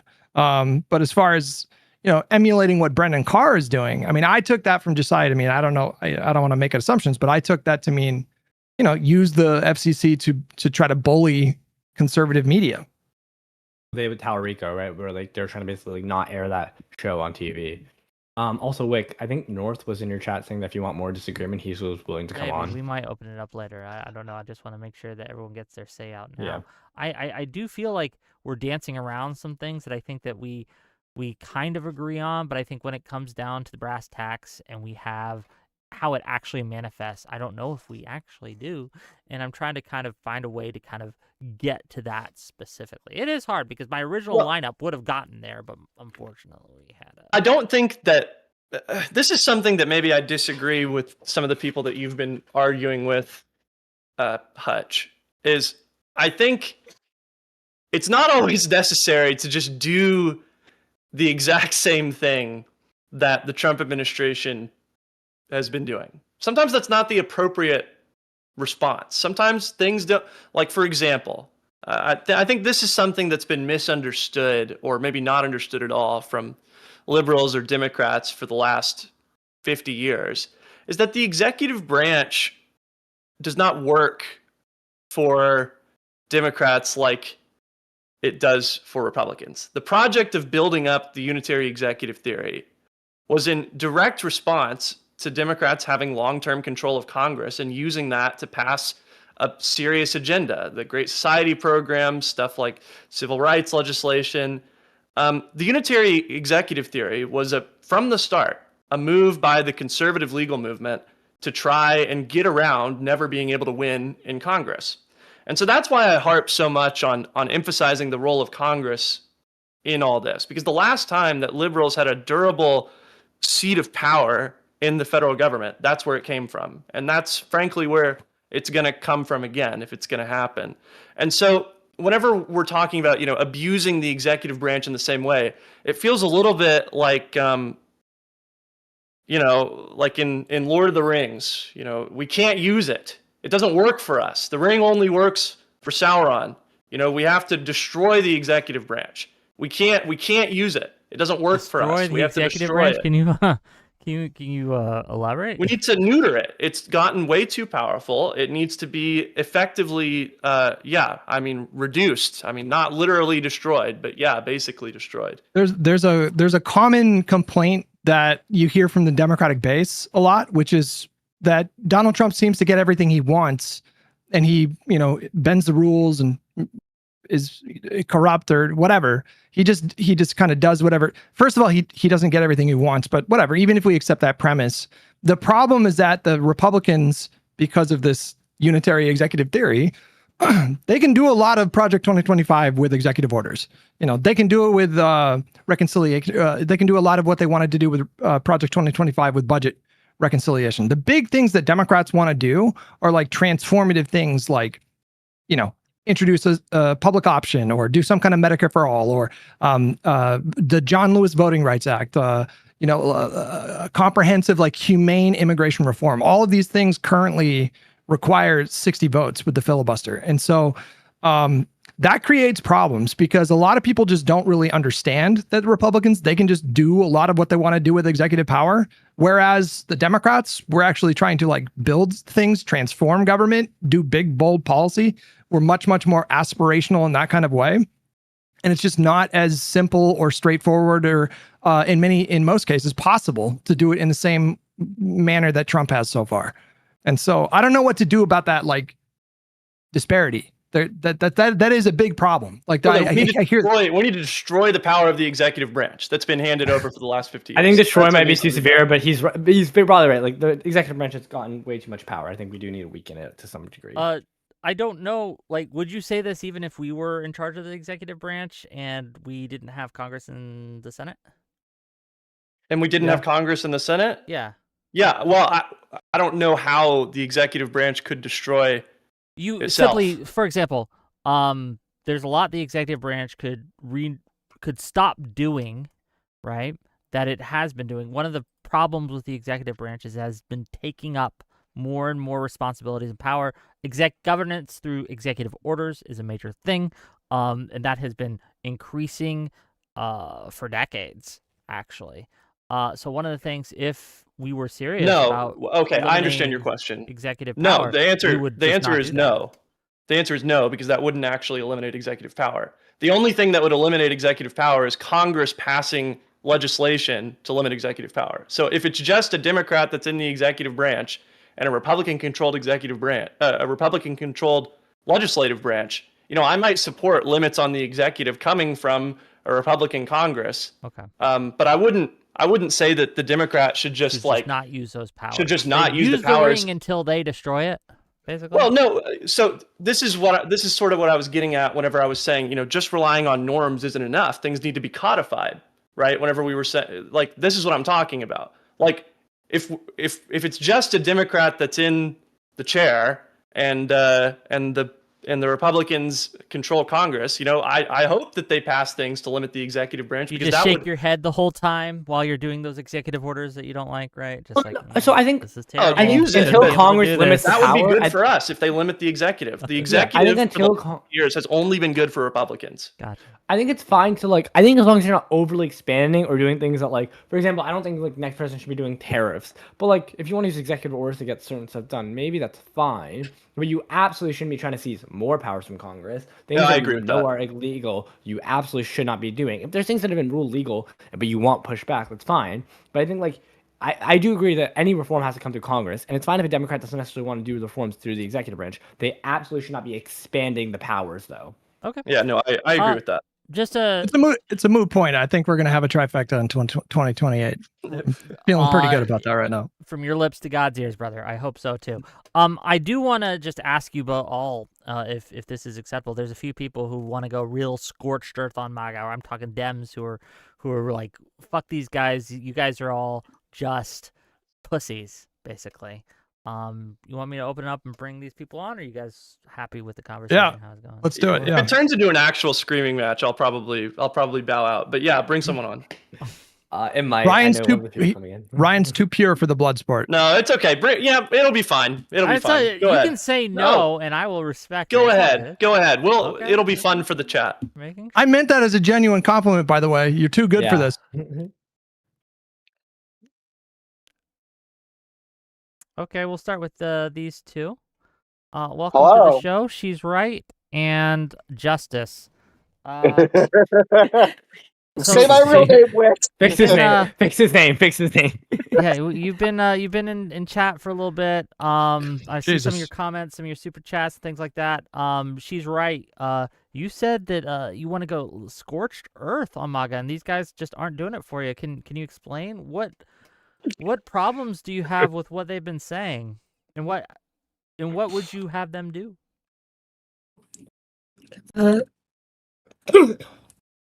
Hi. Use every legal option available. There is no reason not to. Yeah, what legal options are they not using though? Right? Through the whole Biden term, we saw it going nice on them. We saw a weak pick in Merrick Garland. We saw the fear of alienating Republicans or conservatives by holding back and not going scorched earth and not doing everything in hopes there could be some kind of peace forged. That just didn't work out. It's not true. They relapsed anyway. They use every opportunity to abuse every avenue of power. They're incredibly litigious. Do the same back to them. It's a reverse flood the zone thing. They can't complain about every single fair, actual legal investigation at once, as well as complain simultaneously about every good democratic policy at once. Just do it all. They will burn out from outrage. As we've seen with on both sides, any of these investigations, the average person does not stay mad about them long enough for it to matter. There were no tears for Giuliani. There is no tears for Stone. There's on both sides too. Trump sues people all the time. People don't really care. Just do it, get it all done. Even if they try to complain or play victim, they don't have a case. Everyone knows it anyway. They're going to complain anyway. But it takes a lot of bad players off the board. I don't know how to go ahead. Go ahead. Well, I don't know how to reconcile what you said with the track record, because as soon as Democrats took control of the Congress, they made criminal referrals for Steve Bannon. They impeached Donald Trump 2 times. Garland moved too slow, but the executive branch through the executive branch laid out 2 different sets of indictments against the former president. And so they convened they convened a special subcommittee just to investigate January 6th. And so like Democratic states and democratically aligned groups sue the Trump administration constantly. Like you say that the Republicans are super litigious, but so are Democrats. And we've been successful at blocking a number of Trump's line items on his agenda. And so, are you just saying just like do more of that, or, We win when we do it more. And it's not like the investigations to January 6th were a reason why Trump won back power again. It works when we do it. Do it. So swing voters tend to like presidents that are more conciliatory. This is an argument against us doing prosecutions, but definitely is an argument to being careful with how we do it, first of all. But second of all, let's say that in 2020, in 2030, and in 2032, we lose, right?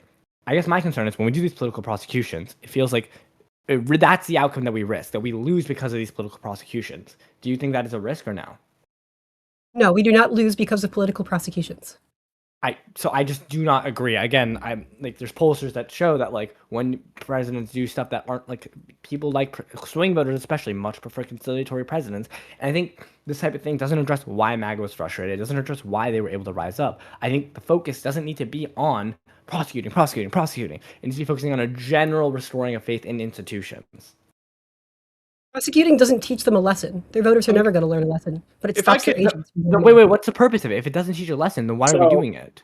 The real it stops them answer. from doing harm. It removes them from the board, and they face consequences for what they did. So what about future people? What about like this? Then this just seems moot. It's like, okay, we deal with the problem now, but in the future, what is going to happen? Okay. I want to give a chance for other people to respond here, right? And then we're gonna get Justice. We're gonna get you in a second, right? I promise. But I know Ryan was keying in as if he wanted to have a few things, and I want to see what Dev has to say. Go ahead. I love you too, Wick. Oh, sorry, my bad. No, Ryan, I'm calling on you. Oh, I thought. Okay, yeah. If I could, I think. I'm sorry. She's right. Is that? But yeah, opened up the comments by saying, all legal means, right? I'm not sure how much daylight there really is between what she's saying and what we've been saying.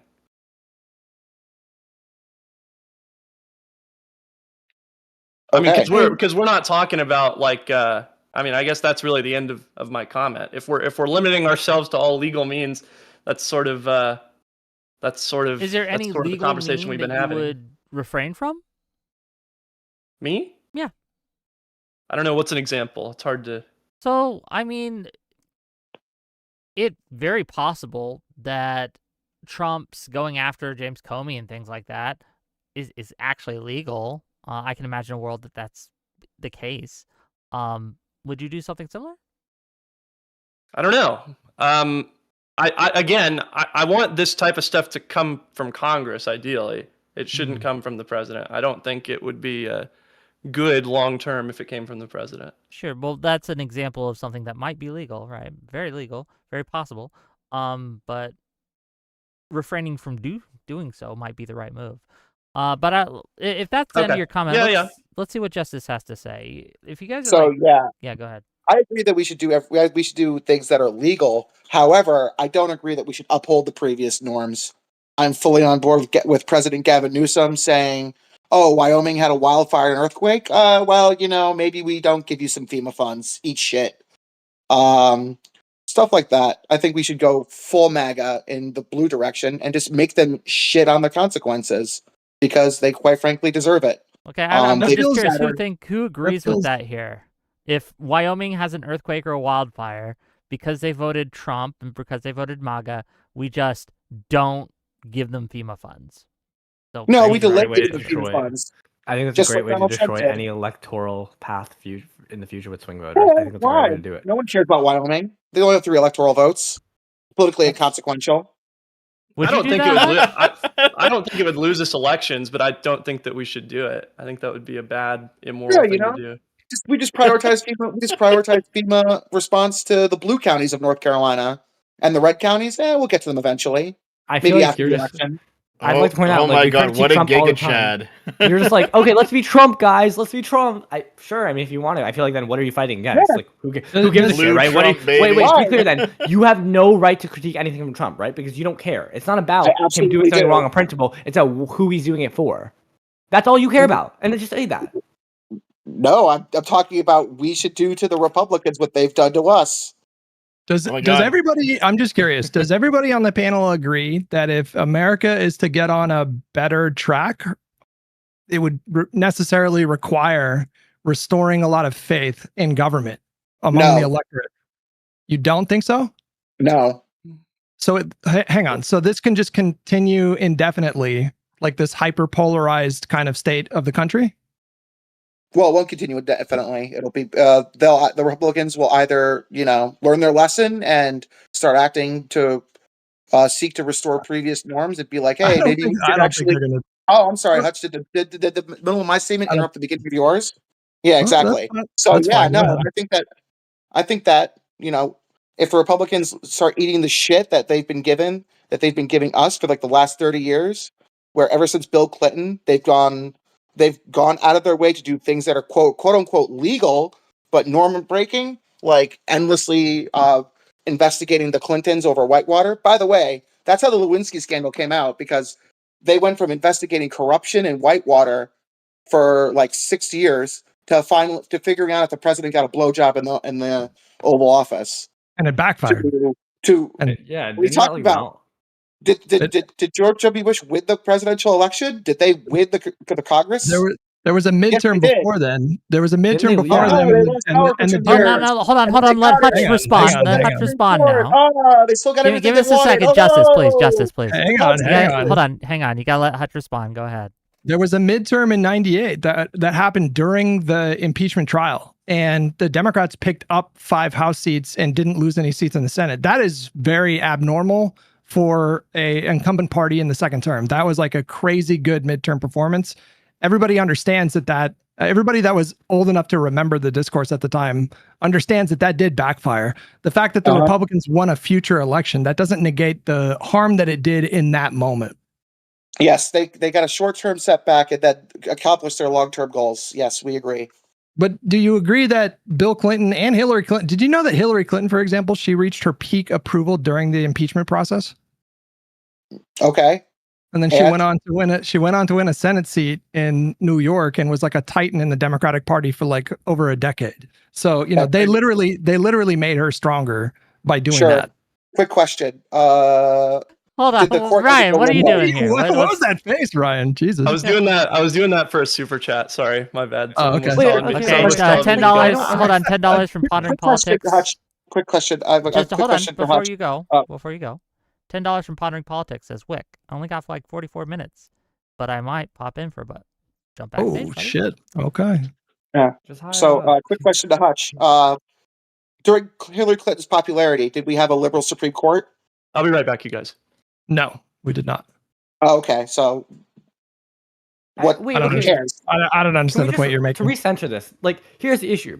What you're arguing for, Justice, is like you're arguing to be like, let's just act like Trump, but how Trump has acted is not benefiting him. It's electorally weakened him and allowing us to get in the power. If you want to do that, that's fine, but acting like Trump has not been working, and Democrats are going to regain the House and Senate, and maybe even the Senate, and we're primed for a good 2028 as of now, and with that, we will have power. But why would we give up that power? Don't we want to be able to set up conditions that allow us to keep maintaining power, keep getting our agenda passed, keep doing stuff to prevent it? So but what you're saying doesn't actually stop it. All it does is make people more angry and risk us losing that power.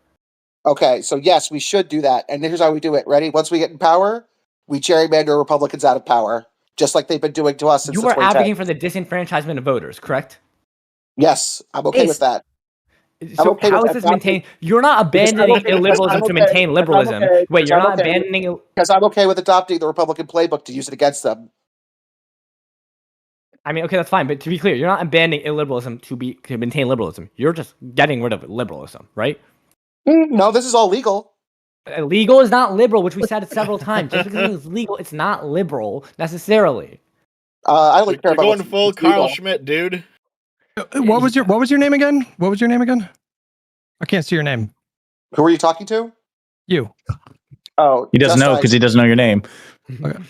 I had a much more cooler nickname, but suddenly Wick stole it from me recently. Well, I wanted you to answer what I said before. So, like, let's say the Democrats do all the things that you do, what is the path to getting to a healthier democracy when we start? Are you imagining that the Republican Party just gets completely bullied into submission and that they're just going to go along with that, and they're just going to at some point they're going to be like, okay guys, we got to get our act together?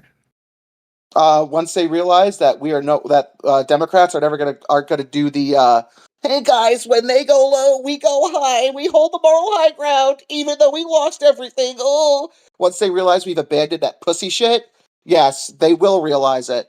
Because the only way to beat a bully is to punch him in the face. What do they do when they get in power? When they get in power, why don't? So if that's their attitude, why does this stop them from when they get in power to be like, well, fuck it, we gotta go harder to make sure we can never get these repercussions handed to us again? Because they'll know that we'll go harder against them when we get in power again. They'll just start disenfranchising us. The only thing is complete disenfranchisement of voters, and that's just not a liberal system. One of the pinnacles of liberalism, one of the pinnacles of liberalism is that we don't need to resort to tyranny to maintain our system. That our system is able to have different views within it, is able to have political opposition. But you're just advocating against that. So anyway, Dev already answered your question, Stormtwig. It was we have a second Twink. Is that what you just said? It's a nickname in the server. But he doesn't want to fucking engage because he's too scared. No, I am answering. Come on, buddy. You know what? Here's what you're just make it illegal to be a Republican. Lock up 1/3 of the country. Do it. Giga Chad. No, it's not illegal to be a Republican. You can vote for whoever you want. You're just not guaranteed to get whoever you want. I don't think this is a serious. I don't think this is a real serious conversation. It's not a serious conversation. I agree. Just real quick. I want to hear from Josiah. Josiah's only got a little bit of time, so go ahead. No, I'm done with date night. I'm coming to this super late. My wife is catching up on the drama with Secret Lives of Mormon Wives, so that's My sister even loves that spicier than this show. shit. Yeah, it's a fucking thing. So I only got there was an hour left. I'm an hour behind, and I'm not going to go super hard on Hutch because I think there's going to be a subsequent conversation in a couple of weeks that I'm working on where my boy Hutch and I can go hard in the paint on one another. But I do have a question from what I heard in the first 40 minutes. Just a couple of things so I can check my understanding of where everybody is, because the pardon of President Nixon was mentioned. Do we all agree that it was a mistake for President Ford to pardon President Nixon? Mm-hmm. Yeah. Stormwolf? Yeah, I agree. I think okay, you agree with that? Got it.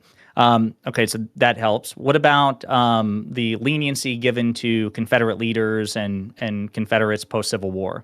That's a little bit tougher. I think so. The reason it's a little bit tougher is because given where the South was, there was a huge fear that even Lincoln had, because even Lincoln had his initial plan, who I think Lincoln, we all kind of see him as a unifier, had a plan to offer at least some pathway back for for Confederates back in. And we can argue whether it's good or bad. I think it might be bad, but it's weird because there's this whole issue of the South just left. You want to try and reintegrate them while also fixing the problems. I think Reconstruction was failed in many ways. One, because I feel like it didn't do enough to protect certain people, but then it also didn't do enough to fix the problems within the South. The South was economically destitute for a good while. You have to rebuild that economy. I think there's a lot of things there that I don't know, Reconstruction is a hard thing to fully evaluate whether or not we were too lenient on Confederates or whether or not we were too harsh on them. I know that's kind of vague. I would say that in some ways that we didn't handle Confederates too well and that we didn't put enough protections. In other ways, we did it ways where we drew it out too long without meaningful changes, which made it unpopular.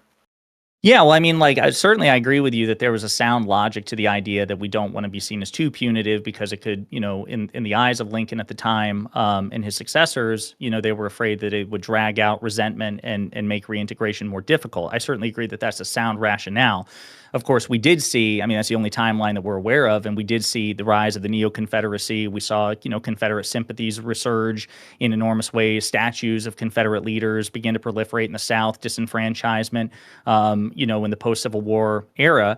So we can, obviously, the leniency we know created problems. Obviously, it's a matter of debate about whether or not it would have been better than a harsher punishment, but we do agree that the leniency approach created problems, right?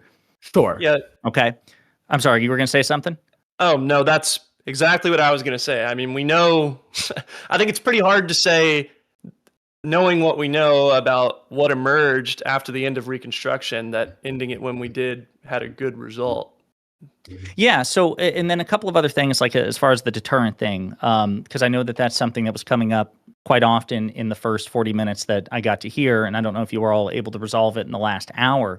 But I would just say that Is it possible that punishing the Republicans, the insurrectionist Republicans, the Roger Stones, the Donald Trumps, is it possible that that would not create a deterrent for MAGA? Yes, I do believe that's possible. I don't know what Ryan and Dev believe. I'm sure they would agree that it's certainly possible that you can't sufficiently deter this sort of bad faith. But I reject the idea that we know that deterrence wouldn't work simply because it didn't before, because Trump was never actually punished for his crimes. Like, with all due respect to my boy Hutch, he said, well, Trump was found guilty, but he was never thrown in jail.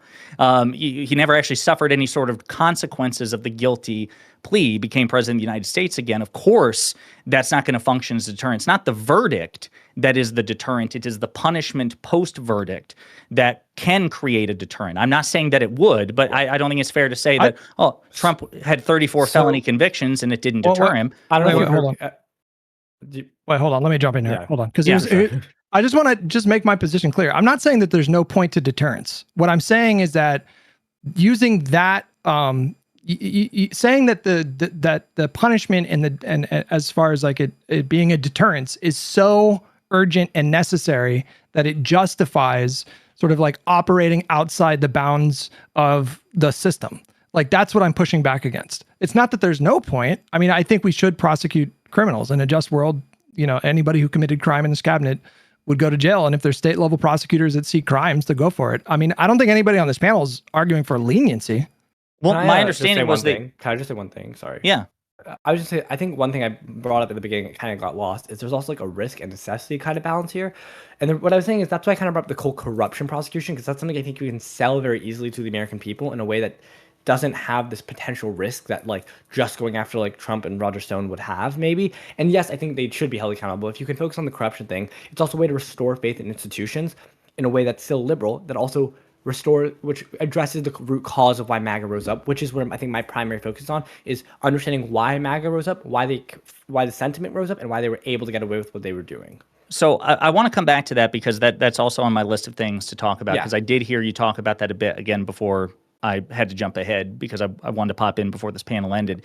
But again, to go back to Hutch real quick, again, Hutch, I know you say you support prosecutions, especially when they're valid prosecutions. I take you at your word there. But no, my understanding was, based on what you said in the first 40 minutes, is you were skeptical that there would be a deterrent factor if we prosecuted and punished Trump and other high-ranking MAGA Republicans. You were very skeptical that that would deter them. And you cited, again, Trump's 34 felony convictions, and you cited Roger Stone. Roger Stone never went to jail. His sentence was commuted before he came to report. Of course, there would be no deterrent. So I don't think that's a valid point to make. If you have another example, maybe like a Steve Bannon. I was thinking about this. Steve Bannon went to jail for contempt of Congress, but it was a relatively short sentence. And I can't remember does somebody remember what year it was that he had to surrender and go to jail? It was 2023, 2024, something like that. It was a relatively... somebody correct me. The first term, wasn't it? I could be wrong. No. It was when Biden was in office where he had to surrender himself. But that's also in an age where Trump is still viable, right? Because Trump was not punished. Trump was the Republican candidate as well. So there was a future for Bannon in the MAGA coalition. There was a future for MAGA, even if he went to jail for a year. But again, somebody interject when they find out what year he was sentenced. He served 4 months. 4 months? And he was he reported to prison in July of 2024 and was released in October. Right. There was a campaign guy in the first term that went to Manafort. Manafort went to prison for 2 or 3 years or something like that. I thought Manafort was pardoned, but maybe he went to jail. He was, but he spent like multiple years in prison, I believe. I could be wrong. So somebody's gonna have to correct me on that one. But again, my point is, like, I served don't 23 months in federal prison from jailed in June 2018, released in May 2020 due to COVID-19 concerns while serving. So did the former national security advisor, right? Didn't Flynn go to jail too for lying to the FBI? Yes. Pretty sure he went to jail. Yeah. I'm sorry, he got out for COVID-19 concerns? That's what it says. That is hilarious. Michael Flynn did not go to jail. Although he pleaded guilty to lying to the FBI, he was granted a full presidential pardon. Yeah.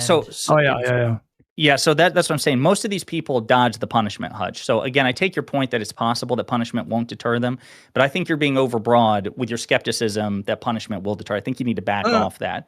Wait, hang on. Let me clarify again. I think you're gonna deter maybe some people in the MAGA movement from taking extreme positions, but it's not like strict deterrence, strict punishments. That is not going to like normalize the Republican Party. Do you agree that this is a party, this is a political movement that has been basically propagandized for decades, to the extent that they now believe that literally like the median Democratic voter are either possessed by Satan or they're a communist. They want to destroy the nuclear family. They want to destroy Christianity. Like they literally believe this that's all stuff. the true shit. I mean, imagine the crazy shit they believe. I mean, yeah, that's of course that's true. No, again, I take your point that it's possible that deterrence will not work at all. I'm not committed to that. And I think you're too skeptical of deterrence. I'm glad to see you walking it back a bit. And I also agree that I'm not walking anything back, just to be clear.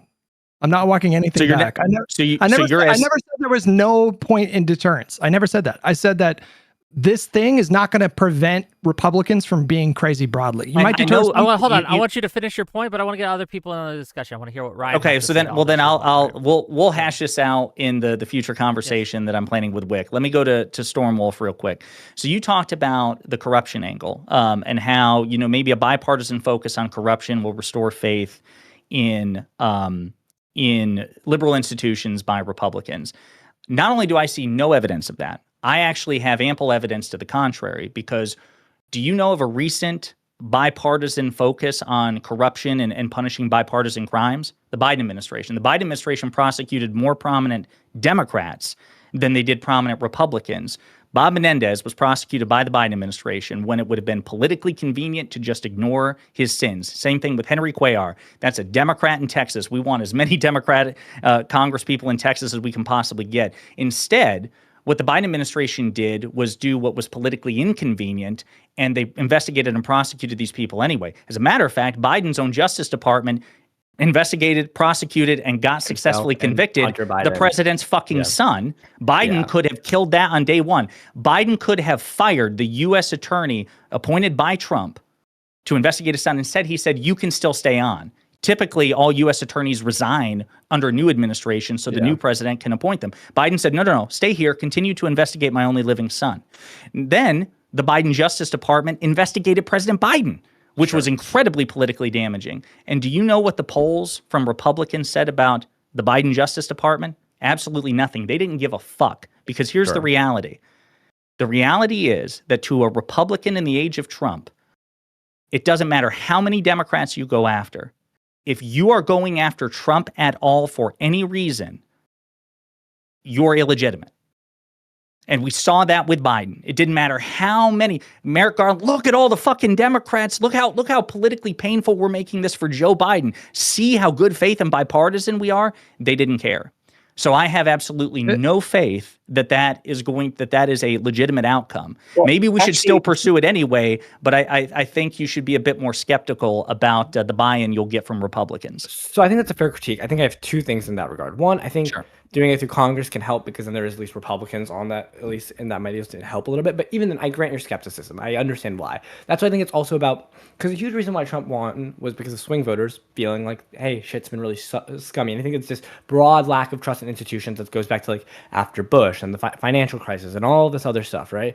I think people feel corruption is happening and it's hurting us at the same time. I think you have to deal with both ends of this. And I think a focus on that is what happens to happen. And that's also why it's not just about going after corruption, and it's not just about also focusing on material conditions. It's also accepting there's always going to be some level of bad faith actors. And it is good to deter them, but you should also build a system that can withstand bad faith actors, right? People might not like this. I'm a liberal who thinks Trump is an authoritarian. But also, a lot of what Trump's been trying to do has been stopped by institutions, right? Like the grand jury system, he couldn't get past that. We had judges able to stop that. Courts did block his tariffs, and yes, there's issues with that. But I will say that like it does, and the new tariffs, people talk about, well, he's trying to do tariffs anyways. If you look into the laws he's citing for these tariffs, they now involve having to have commissions to investigate like whether or not the tariffs are warranted. They can't be as broad sweeping. Our institutions are, yes, getting damaged in the process, but are holding. And I think it's more of an argument to why there needs to be reforms and stopping the bad faith actors, because I don't think you'll ever be able to disincentivize completely bad faith actors. Yeah, I want to know if Dev and Ryan agree with that. Are our institutions holding, as Stormwolf is saying? In your opinions, do you think that our institutions are withstanding Trump's assault? You want to take that one first? I feel like you haven't been in a while. They kind of are, but not as well as I would have liked. I don't disagree with that. I was just saying that's why I said they're getting damaged, but they're also stopping in many ways, and it's an argument to make them stronger as a whole. Yeah, I mean, I basically agree that we are not currently in a dictatorship, right? But we've also seen that we've seen our institutions not hold in plenty of other ways. We've seen we just talked about like the FCC being weaponized to target liberal media. We've seen blatant corruption in terms of the mergers process in the tariffs. The tariffs were stopped by the courts, so I guess that's an example of the institutions holding. But when it comes to these like companies who are basically paying off the Trump administration to be allowed to acquire other companies, I mean, the institutions aren't holding there. So our institutions are holding in the sense that we are not currently in a dictatorship. But I think it's one of those things where you keep pushing and pushing and pushing and pushing and pushing. Just because the last push didn't push you over doesn't mean that the next one won't. I want to jump agree in with on that. that just real quick to what Ryan just said. So the tariff example has been cited by so many people. See, look at what the court's done. Every smug MAGA, lawyer that I'm aware of, like, see, people talk about how the Supreme Court's biased in Trump's favor, but look, they cock-blocked him on tariffs. They did not stay the tariffs. When President Biden tried to forgive student loan debt, or when he tried to pass, the Department of Labor regulations that, companies either had to get their mandate COVID vaccines or weekly tests, they stayed that shit instantly. Even before they ruled against it, they're like, nope, none for you. We're going to pause this shit. They allowed Trump to continue to extract facially unconstitutional tariffs for the months and months and months and months and months that they deliberated the decision. For almost a year, Yeah, and it was still a 6-3 decision. We couldn't get Alito, Thomas, and Gorsuch, or was it Kavanaugh? Yeah. It was Kavanaugh, I think it was. Kavanaugh, I'm pretty sure. Yeah, to co-sign this shit. So even in that instance where the institution held, it was warped in the process. To Ryan's point, they go through the guardrails. No, but the guardrails buckled. There's a fucking Ford F-150 bend in the guardrail there. Yeah. And I'm not giving the court credit for that, because if it had been a Democratic administration, they wouldn't have just ruled against him. They would have stayed it immediately. They bent the contours to help Trump as much as possible. So, I'm sorry. This is why I said just two things. One, I want to hear the other example that Ryan. I'm very curious. Sure. And then this is just to all of you. Okay, if that is true, what do we do about it? But go ahead, Ryan. Yeah. So another example that comes to mind pretty quickly here is the Doge stuff and USAID. I mean, the damage there is done. That was abuse of power. I mean, the institutions did not hold in that instance. They just shut down an entire executive agency. That was the executive doesn't get to choose to just not spend money that's been congressionally appropriated and authorized. That's not legal. The institutions did not hold in that instance. And, because USA got shut down, millions of people are going to die. I mean, literally. Hutch has the number. Yeah, it's going to be like 14 million. devastating to people. So on that note, though, that's why I kind of said I don't think our institutions are like stronger. I think they are getting weakened, but they are holding enough that I think they will continue. Maybe I'm being purely optimistic. I think they will hold enough in time for us to get into power to block it. And I think that's what needed to happen, first of all. But second of all, I agree that this is an example of how our institutions are getting weakened and how there's things in our institution that need to be strengthened. But that's why I'm saying I don't necessarily know if it's about bad faith, like about disincentivizing bad faith actors versus strengthening our liberal systems and strengthening and weakening the sentiment for illiberalism to prevent this from happening. Trump doesn't get away with a lot of this if the political will isn't behind him, number one. I mean, he also overestimated how much political will it was behind him, but he doesn't get away with it if the political will isn't behind him, and he doesn't get away with it if there had been like more clear laws about like if maybe the what is it called, the doctrine that they use is it the major questions doctrine? Yeah, that's the SCOTUS. If maybe that's like more codified, because I actually think that is a good doctrine. I'll die on that. I think that's a good doctrine. If that's codified more, right? Maybe we do have Supreme Court reform. Stuff like this can help weaken like the power taken away from Congress and give it back. And I think that is kind of like where I'm at. That I don't necessarily know if like acting with outside the system, aggressive like political prosecutions are necessary when there's other things that we can do that strengthen that system. On that note, right? Well- Something I saw you advocate for on Twitter, and since you're here, I'm going to ask you about it. You want Brendan Carr, or you note how Brendan Carr is abusing his power and going after news organizations, talk show hosts, etc., broadcasters in general, who have been critical not only of the Trump admin but of the Iran war. You've advocated, and correct me if I'm wrong, for doing the same back when we get power, to have whoever Newsom or whoever we elects, FCC start going after Republicans and right-leaning institutions. Is that a fair characterization of your advocacy? You talking to me? Yeah, to you. Oh, so you didn't say who it was. I was like, damn, sorry, base sorry. I Stormfront. should be Yeah. more clear. Just Yeah. I've seen you arguing this on Twitter. So No, I think so. My posture is that if there is a legitimate cause of FCC probe, investigation, or saber rattling against a viable target, so a target that's under the remit or the purview or authority of the FCC, and a case can be made for a probe or investigation or some sort of punishment into that organization, that the next Democratic administration should go full steam ahead. And so the example that I often cite is the Fox Dominion situation, right? So Fox had to pay the biggest defamation settlement in American history, $787 million for knowingly signal boosting Trump's lies about the 2020 election.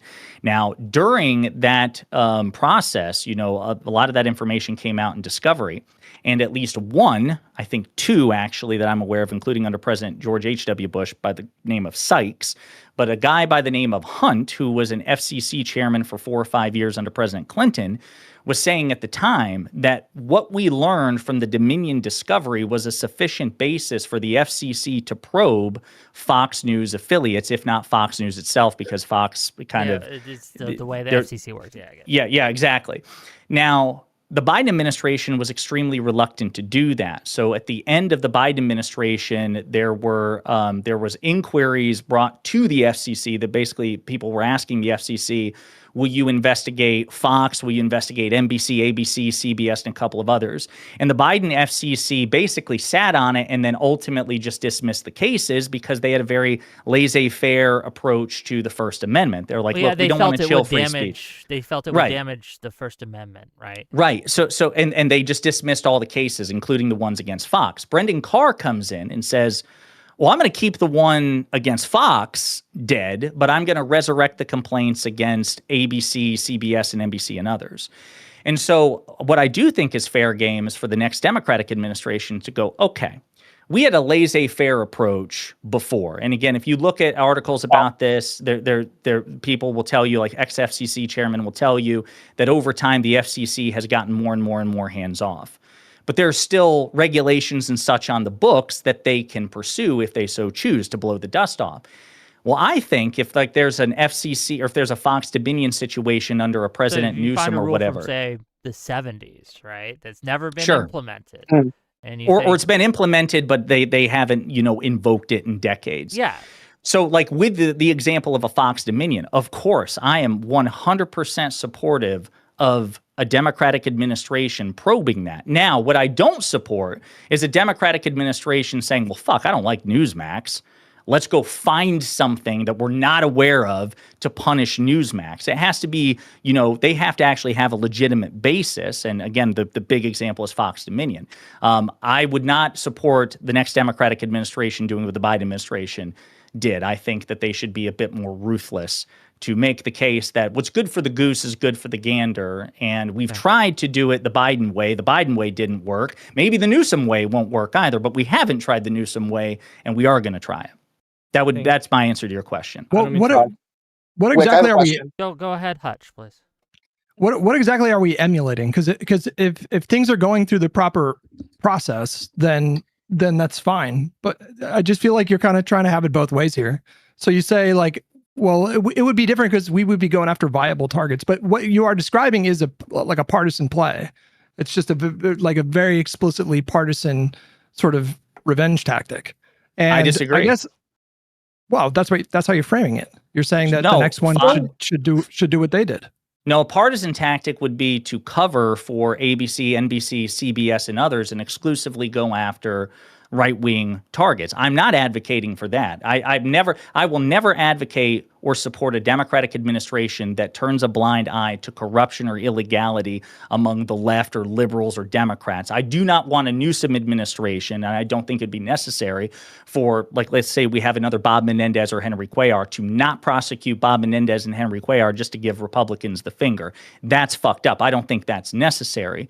It's not partisan because they're, again, at least according to one, if not two, former FCC chairmen, so experts who at least have done this before, there was a legitimate predicate that the FCC was aware of. I reject the idea that pursuing that would have been partisan and that the Biden FCC was obligated to take a laissez-faire, hands-off approach. I don't think that would have been explicitly partisan, but what you're describing for the future administration would be. Because you would be saying that they should reverse the original decision to I mean, you would be breaking regular order. You would be doing something very exceptional in this moment to go after Fox in response to what Carr is doing. Can I you tell can say that it's you can say that it's not partisan. We get in the queue though. Yeah, go ahead. Oh yeah, I'll get you in the queue. But to piggyback off that, like, if you are saying, hey, in order to prosecute our political enemies that we feel need to be put in their place, we are going to dust off a decades-old rule that we haven't used for the last 30 to 40 years in order to do this. It does feel like kind of a partisan thing because you would not do that under other circumstances, but you have, in order to go after your political enemies, you have to do that. And while it might be technically legal, they might be technically on the books, it's still just outside of the norms and breaking it in order to prosecute your political enemies. Was it outside of the norm to prosecute Donald Trump? You and Hutch can answer this. I'll answer yes. Well, there was no precedent, but there was no norm that you don't. Wait, what do you mean? There's no precedent? There was there was no precedent for a former president facing like felony charges, as far as I'm aware. I could be wrong about that. Maybe if you go back to like the 1800s. So it was unprecedented, but that doesn't mean that it was like breaking any fundamental norm. We have a norm with the DOJ where they've decided through an OLC opinion that they don't indict sitting presidents, but that never, I mean, like, if this was a norm that we don't prosecute previous presidents, then why was Nixon pardoned? He wouldn't have had to have been pardoned. Wouldn't that be the precedent though? Like, I'm not, like, to be clear though, I'm not saying that this is I'm not saying that purely acting outside of norms is good or bad. I think it's fine to do in certain circumstances. I'm just saying that, like, the Trump president, the prosecution against Trump was not a norm, and that's fine though, right? It's still being done within the idea of a rule of law system, and if it's being done within that kind of process, I think it's fine. I would question, would you be able to, like, my fear is like being able to sell this to people to make it the FCC stuff to be able to, like, and then what does the probe look like? Let's say that we do the probe, and like, what would that look like? Could it result in Fox News not being allowed on television? Oh, I have no fucking idea. It could be that a license of one or more of their affiliates is revoked. Or it could be that Rupert Murdoch faces some sort of legal fine or whatever because there was also a case that was made. The Clinton FCC chair said that a case could potentially be made against Rupert Murdoch as far as character is concerned, a character FCC error regulation. So I don't know. I'm not claiming it. Okay. But my point is, and I appreciate you answering the way you did, is that simply because a thing is unprecedented or it violates or betrays a norm, because the norm is we don't prosecute presidents. That has been a norm. I mean, MAGA's right about that. President Nixon was pardoned to prevent the prosecution or potential prosecution.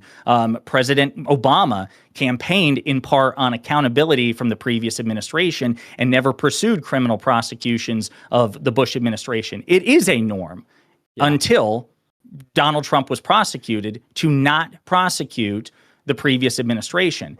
Okay. I don't give a fuck. The question is it is the target valid?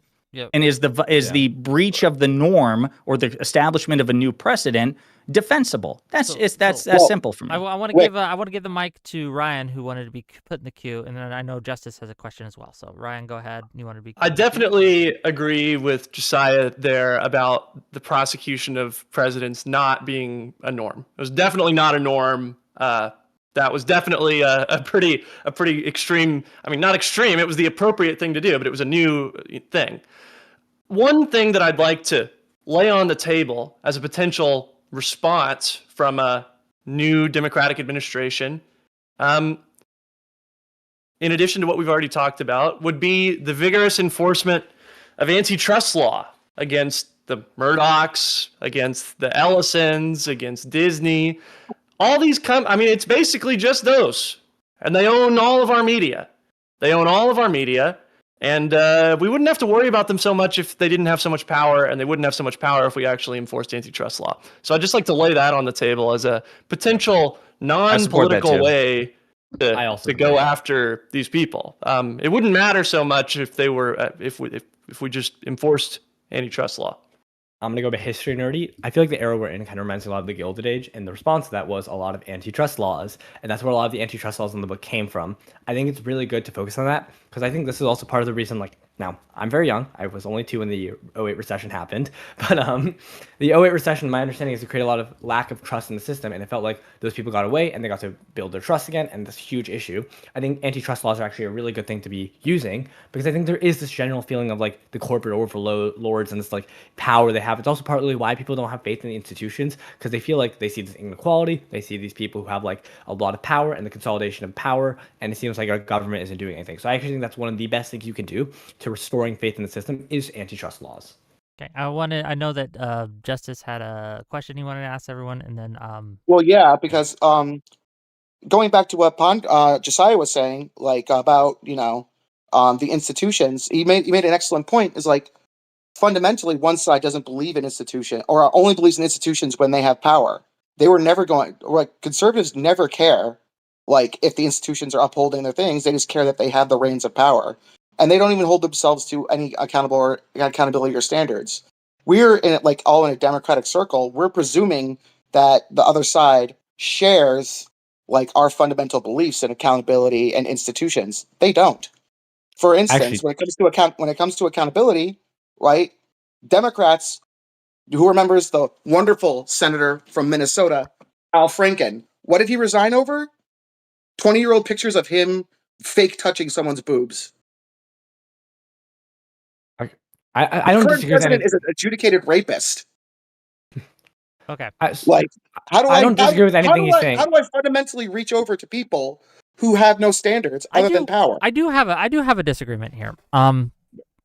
This idea that the other side has zero standards, that might be true for Trump and I think his inner circle and many there, but I think it is a mistake to think of conservatives and MAGA in general as having zero standards and having zero things that they care about. Well, I don't agree with that. I think that we're seeing this in a lot of people who are turning away from Trump, right, over the Iran war.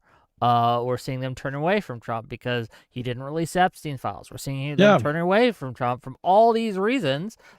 They don't like it when he goes after his political enemies like they do. Wait. I disagree with Justice's characterization I disagree with Justice's characterization of how we're treating this conversation. I don't think we're assuming they're going to follow the standards. I think we're saying we don't think they're going to follow the standards, but we need to remove the political capital that they have to get away with doing that, and we need to put in reforms to prevent them from doing that. I think it does feel like leaders aren't following standards, but we have to stop them from being able to abuse that. Yeah, I understand, and I want to hear from the rest of you too, the rest of the panel. I know everyone wants to speak. I want just real quick, but because I'm seeing, and this is what frustrates me. If I may take a personal moment, right? Seeing chats and they're not unrepresentative of many people in the Democrats who just don't see the right wing as fundamentally human. And that scares me, right? They're like, these people are monsters. They're NPCs. They're all sorts of things that me saying that they have standards is whitewashing Republicans and MAGA. No, we have to understand that these people are people and they have a different set of values. I mean, what do we do if we think they're just NPCs? Like, what is the option if they're not human and they can't be reasoned with? Like, what do we do? Anyway, sorry, Well, this is a personal Still moment. But regulation. go ahead. Well, there's just go ahead, Ryan. So I wanted to say, I agree with the idea that the conservative, the hard right in this country is really what I should be saying, not conservatives. The hard right in this country essentially does not care about principles. I mean, I'm reminded of this, like, this why I'm not a conservative, which is an essay written by Hayek, who was probably closer to a conservative than any of us here. And he said, in general, it can probably be said that the conservative does not object to coercion or arbitrary power so long as it is used for what he regards as the right purposes. He believes that if government is in the hands of decent men, it ought not to be too much restricted by rigid rules. And I think that's basically an appropriate description of what the hard right in this country believes. They think that power, they don't have any principles when it comes to the use of power. They just care that it's used for what they regard as the right purposes. So I guess to directly answer what you're saying, Wick, I don't think that's a majority of the country. I think that that's about 30% of the American electorate. I think that that has been the case for a while. I think the system that American politics has allows that 30% to exercise a disproportionate influence in American politics. But I reject the idea that even though there's a lot of very evil people in this administration, and it was a grave moral failing of the people, including, frankly, average people who enabled it, I don't think that every conservative is like an NPC. So I reject that. I never said they were NPCs, to be clear. I want to jump in real quick. Well, I want to jump in ahead. real quick. Dev, you haven't spoken in a while. Go. Okay, sure. I mean, I don't think that every conservative is an NPC, but I think like 99% of MAGA are NPCs.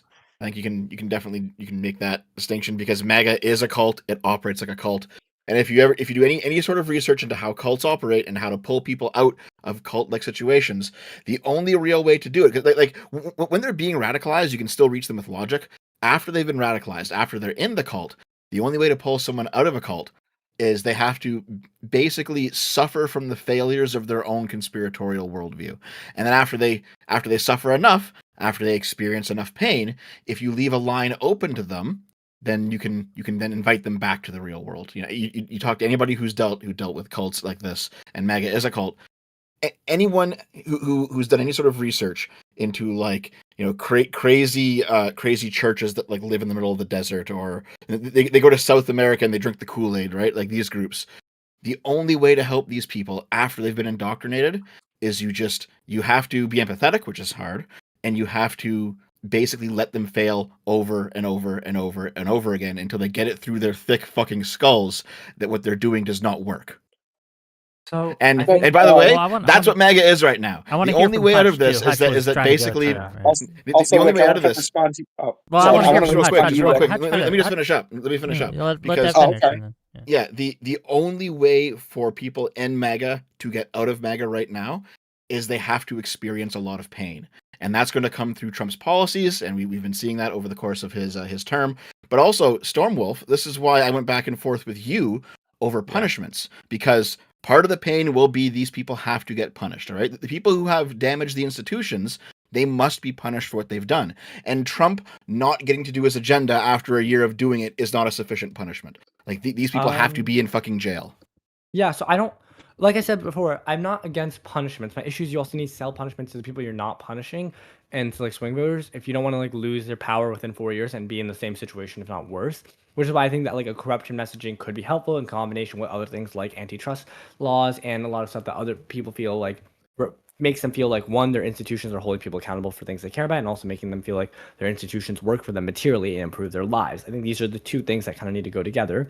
But like what Josiah was talking about with the SEC, I think that's not necessarily a bad idea if you can do it in a way that doesn't seem super politicized, and you can like lay out exactly why. Maybe like a public trial would be something that could be beneficial. To be clear, it would be terrible. Abolish the FCC is where I'm at, because I think that it's Well, just like, fundamentally or, like, anti-free speech. So another thing that I think, like, another proposal, and I'm not trying to, like, derail. Another proposal I've heard that I don't necessarily know is a bad idea is, like, having politicians have to be, like, under oath when they go on, like, news stuff. That could be a better way to handle it, right? Or, like, more, like, journalistic ethics stuff that might not necessarily be a bad thing for shows that are claiming to be news. Like, I think that, like, those could be other reforms we do. But, like, I'm not necessarily against the FCC stuff. I just have a concern of, like, the marketing of it. But, like, in principle, I don't think it's an issue. I want to give it to Hutch, who wanted to get in, and then I want to give it to She's Right, because she's been trying to say a couple things, and I want to give her space. And she's right. Yeah. Well, I mean, I just want to say, like, Donald Trump is a formidable opponent when it comes to running campaigns, but when he actually is in power and governing, he's really bad for Republicans and really good for Democrats. So the public can see what he's doing in this administration, and it's not one single thing that's bringing him down. The economy is really impactful, I think, but there's also just like dozens of just really blatant corruption things that are happening from this administration. And so I understand the impulse to want to give it as good as you get, but I don't understand how emulating those kinds of, I mean, we'll be nice and say heavy-handed tactics would be good for a future Democratic administration. I see no evidence that it wouldn't similarly make us unpopular. And so I just don't know why we would copy that. I mean, again, nobody on this panel, as far as I'm aware, is arguing for leniency or deliberately avoiding prosecuting former members of the cabinet or Republicans for fear of like being perceived as political. I'm not advocating for that. What I am suggesting, though, is that if we start operating as they do, like well outside the boundaries of acceptable behavior for an administration, we will similarly experience a backlash from voters. They will give power to Republicans again, and then we're just back on that merry-go-round. And I just want to close it with this. You know, it seems like there's two, you know, like a couple different theories of the case here. You know, like the question is like, how do we get back on track? Like, how do we get off this merry-go-round? And some of my panelists here seem to think that you do that by sufficiently punishing Republicans. And I have not seen a lot of evidence that this is going to be the thing that gets us on a better path. What seems more appealing to me is what my compatriot here, Stormwolf, was saying, where instead of further weakening the institutions that are enabling Trump's corruption currently, I say we should double down on them and strengthen them and deliver good policy. We have an opportunity right now to realign low-income voters in this country who have started to vote for Republicans. Imagine if the next Democratic administration, you know, does something really big for working class people. I completely agree with you, but part of that has to be punishment. Punishment has to be part of that equation. Yeah, does anybody here think that punishment is the exclusive, the only way to right the ship? My understanding is that's what he's saying. But he's not saying exclusive, but he's saying it's necessary. Oh, I agreed. It's necessary. Yes. I just don't think it's sufficient. Yes. It's necessary, but not sufficient. I think it is important, but my concern is punishment needs to be done in a way that like doesn't risk losing future elections. And I think that like if we can minimize that risk through like a less like partisan punishment system that still gets enough Republicans that they know there's going to be consequences. My concern also doesn't just to kind of piggyback of what Storm was saying. My concern isn't that, look, if you can prosecute these people and they have broken the law, absolutely prosecute them. That's fine. Take them to court, go through the system, all these things. But my worry is based on the rhetoric I'm seeing in the ways people want to punish others and the scope of the punishment that they wish to apply is all... Look, I care about protecting my rights more than I care about punishing them. So if I have to make a choice, if there comes a point where, yeah, I could continue prosecuting, but I'm probably going to lose the election, and we're going to damage an institution so much in order to get these things that it makes it less likely that free speech will be upheld by other FCCs in the future, for example, right? Then I err on the side of protecting my rights because I love my rights more than I hate the enemy. Wick, if you believe in that, then ultimately you should be for punishing people who are currently, by the way, the current administration going after your rights, endangering your rights, I breaking these am institutions, okay with and prosecuting them and by showing them there are consequences prosecuting to the that people. But is no how we one's actually. arguing against this justice. No Yeah, one's Oh my arguing I'm against God. okay this. with that. I'm okay with prosecuting Can I- people who have Yeah. broken the So, law. and also, I wanted to push back because you said that we got to cycle Donald Trump because is there's losing. people who want to end. And so Oh, last thing. Yeah, But- why don't you get she's right, like North you is said. Yeah. Yeah. She's right. So Go first ahead. of all, all of this, we can't do what they do because what if we lose power? We don't want to appear too partisan. We don't want to use any technically allowed partisan thing on the books because it seems spiteful. Those are all arguments for leniency by definition. That's not using a power available to you. That is just the room for leniency. And second of all, it's not about punishment. The point is that it'll never get that far, right? Because as soon as you start playing their game, suddenly Republicans are going to remember this is not good, this should not be the norm, and will then happily join bipartisan efforts to regulate those out of the possibility space of actions you can take. Wait, can I?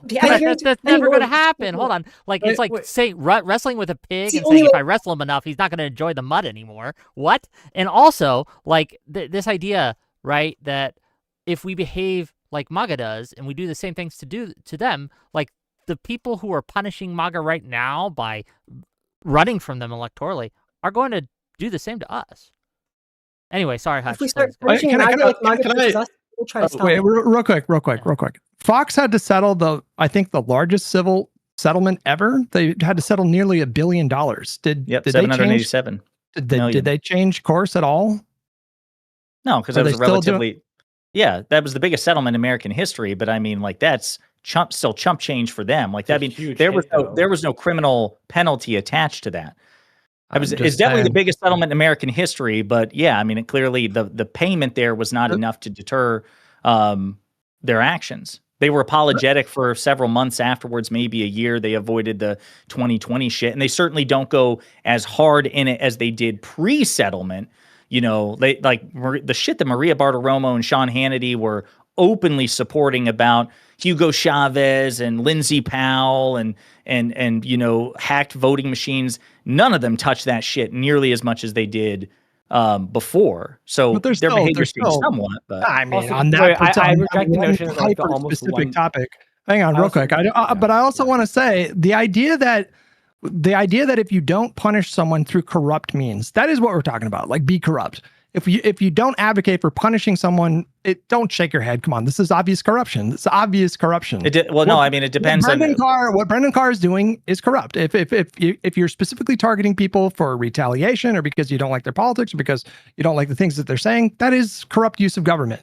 And you should just stand on business and just say that that's what it is. You can say it's not corrupt. It's not corrupt. But the idea of doing it, then Republicans will illegal, like make that illegal.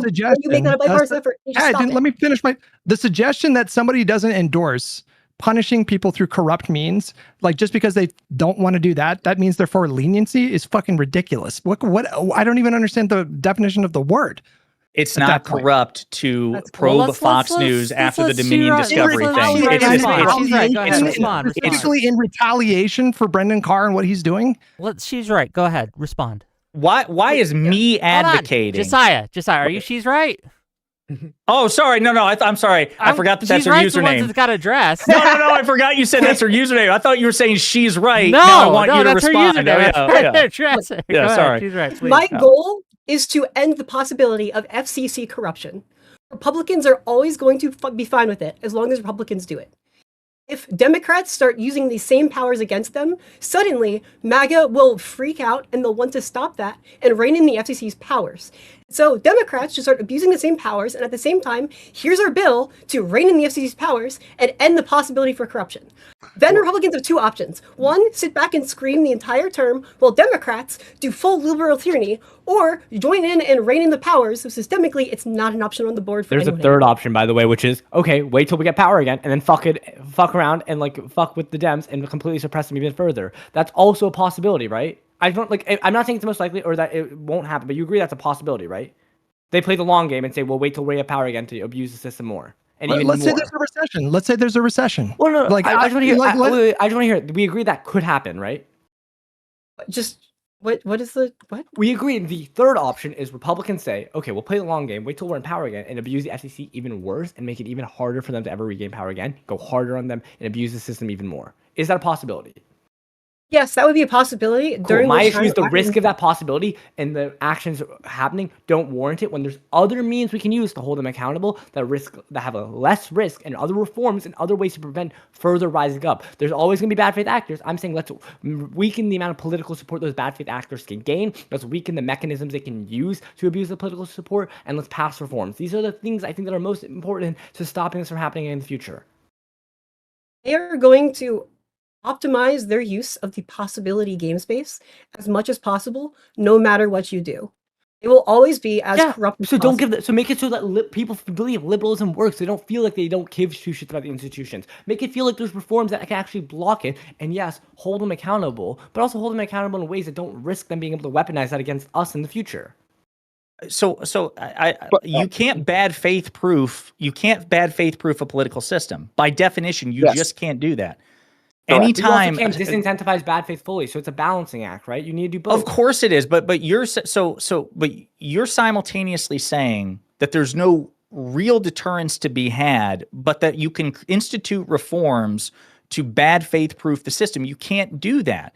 It has to be a multifarious approach. By definition, Okay, hold on. Say what? Josiah, that's not what he's saying. I agree with that. Well, I'm not saying there's no deterrence. I'm saying there's a risk of, if you do certain deterrence mechanisms, there's certain risks associated with that. And I think if there's certain deterrence mechanisms like prosecuting in different ways that can still hold them accountable without the same level of risk, I think I prefer those. Might be able to do things to reduce risk, but I'm trying to get you to understand that the risk is always there. Here's the reality. I'm trying to reduce the risk. But you understand that the risk, if the risk being super high, we want to, even if we can't eliminate it entirely, if we can reduce it, that's good. And we should. Okay. Let me give you just an extreme hypothetical, just to really test to see like where you draw the line here. Do you know a really good way? I've got actually the best way imaginable to reduce bad faith Republican tactics and Republican politics. Every Democrat in office resign. Just give up their fucking seats. Give power over to Republicans. If you really want to reduce the risk of bad faith Republican shenaniganry, just basically make it so that there are no Democrats in power. My proposition is, by definition, the Republican Party has become a bad faith political opposition party, right? We saw that through the Clinton era with Newt Gingrich, and it accelerated with Mitch McConnell, and then it got worse with a combination of McConnell and Trump. Sure. In the face of a Democratic opposition, the Republican Party over a span of nearly 40 years has become increasingly ruthless, increasingly norm-breaking, and willing to use all sorts of tactics. Do you know why? I understand. Wait a minute. I understand that you want to reduce risk, but to what point, Wick? And at some point, Democrats still need to be able to maneuver. So yes. Obviously, I'm not asking. Wait, can I respond to this? No, hold on. I'm arguing but... with Josiah for a minute. Give me a second. Do okay, it. It's my show. God damn it. Okay.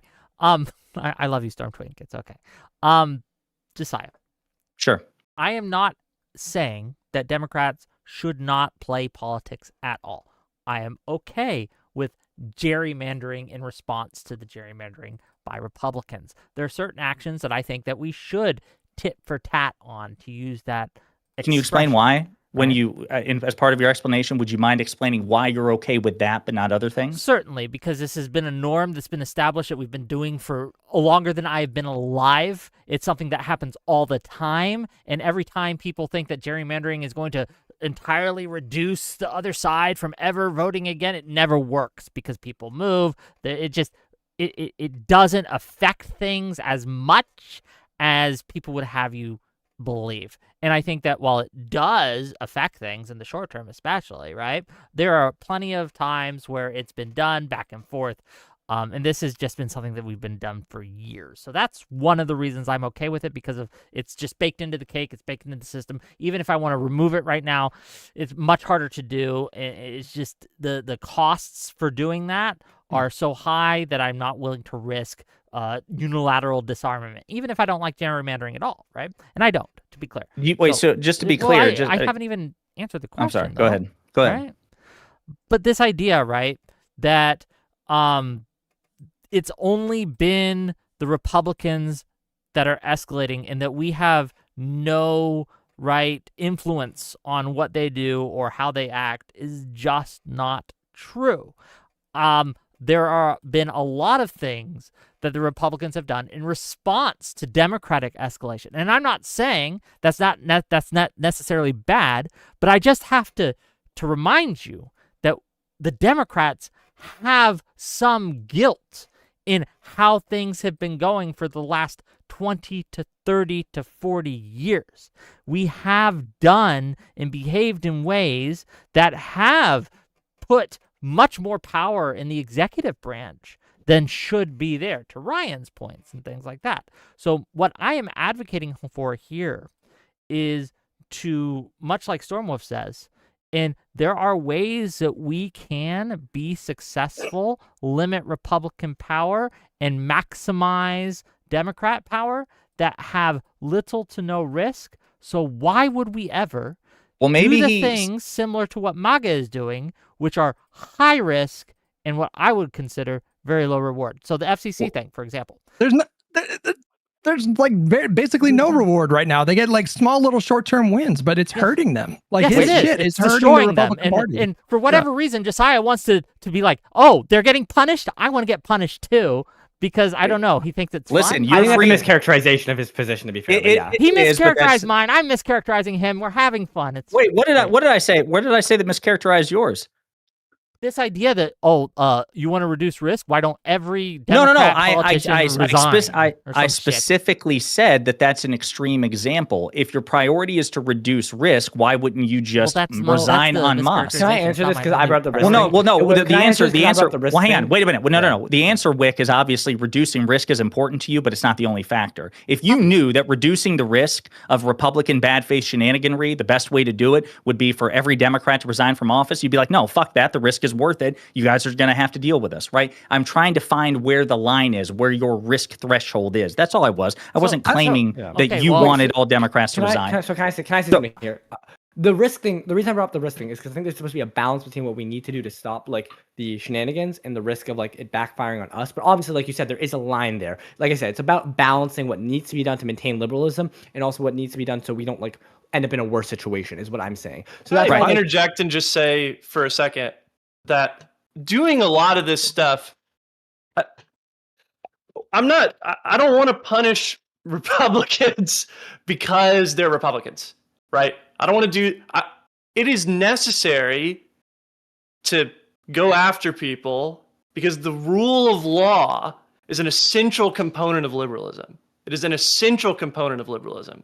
Yes, and so but Ryan, part of the rule of law is prosecutorial discretion. Why do we have prosecutorial discretion? Why has it been built into our liberal system? Finite resources. I'm not sure what you're asking. So he's saying, why do prosecutors not prosecute certain cases? When a crime is committed, the prosecutorial discretion is showing that our legal system sometimes doesn't prosecute. And that's by design. And we have that there. So I'm just asking you to explain, why do you think that exists in our system? Why have we built that in? Comes to there are two reasons. Prosecuting powerful people. There's a lot of reasons why we could have prosecutorial discretion. When it comes to, sometimes the law might not be super fair to enforce in a given circumstance. Like if we were to try, like jury nullification. That's a common example. A common example where people cite jury nullification as a reasonable thing to do is when people in the North were charged with violating the Fugitive Slave Act, and so there would be all sorts of goes around in the legal system in the northern states to try and not actually have those cases go to trial, or if they did go to trial, what they would do is they would just nullify the clear violation of the Fugitive Slave Act by the person that was helping the slave escape. So that's an example of prosecutorial discretion. What is an unacceptable use of prosecutorial discretion is not holding powerful people accountable because we because we're scared by the prospect of holding powerful people accountable. Yeah, just a real quick, what Ryan's saying, there are three reasons. I said there were two, there are three. Number one is because the prosecutor in question, like the attorney general, there's a political disagreement with the law in question. So that's why the Justice Department, a president might say, I don't want you to spend resources enforcing marijuana laws because they're libertarian or liberal when it comes to marijuana laws and they don't really want to enforce it. Number two, because of finite resources, and prosecutors don't have the resources, the manpower, the funds to go after, do a full court press on every conceivable crime. And number three, it could be because they don't think they can get a guilty plea beyond all reasonable doubt. Those are the three reasons why you have prosecutorial discretion. Based into the second one is the one I'm kind of referring to, and I think you touched on it, but I want to go into a little further, is because they think that the harms done to the system or to justice itself outweigh not prosecuting. And I understand the argument. And again, I'm not arguing for not prosecuting people, but my concern is, again, if we get into a situation where it's clear that this going after people for legal reasons, right?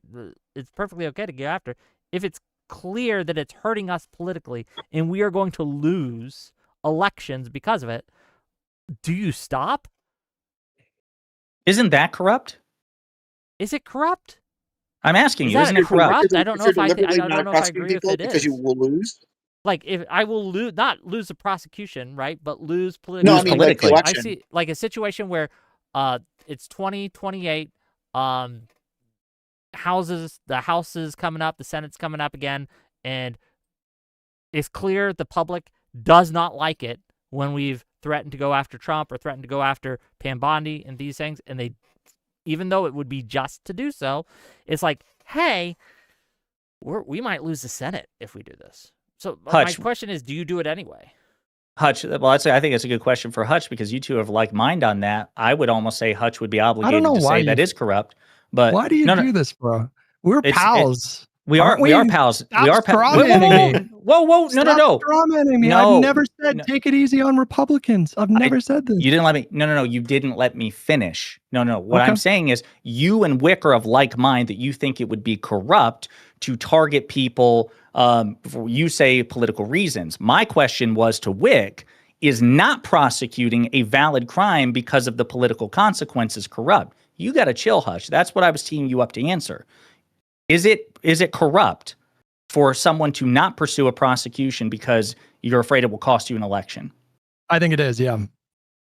I think it is. Yeah, we can bite that bullet. But that's also like, okay, I know I keep going back to this, and I think there's valid. No, I want Ryan to answer the question. I asked Ryan. What was the question? Sorry, I was responding to a super chat. Sorry. No, it's I get responding to super chats. Money comes first. Capitalism, baby. Hell yeah. Yeah, it comes up, and it's clear through polling. You are now convinced that if we continue to go on and prosecute Pam Bondi, prosecute Hedseth, prosecute people that you do believe have committed crimes, we're going to lose the Senate. You continue. I think this is a useless hypothetical because I don't think that's going to happen. I don't think it's going to happen. But I don't think it's going to happen. Yeah. It's not a useless hypothetical, though. Well, I mean, I don't know. I think that there's ample evidence that people going at like prosecutorial. Not prosecutorial. If you do it in a corrupt way, political but if you do it through the proper channels, unpopular in the public. I need to understand what we would be. What would we be doing by winning the Senate?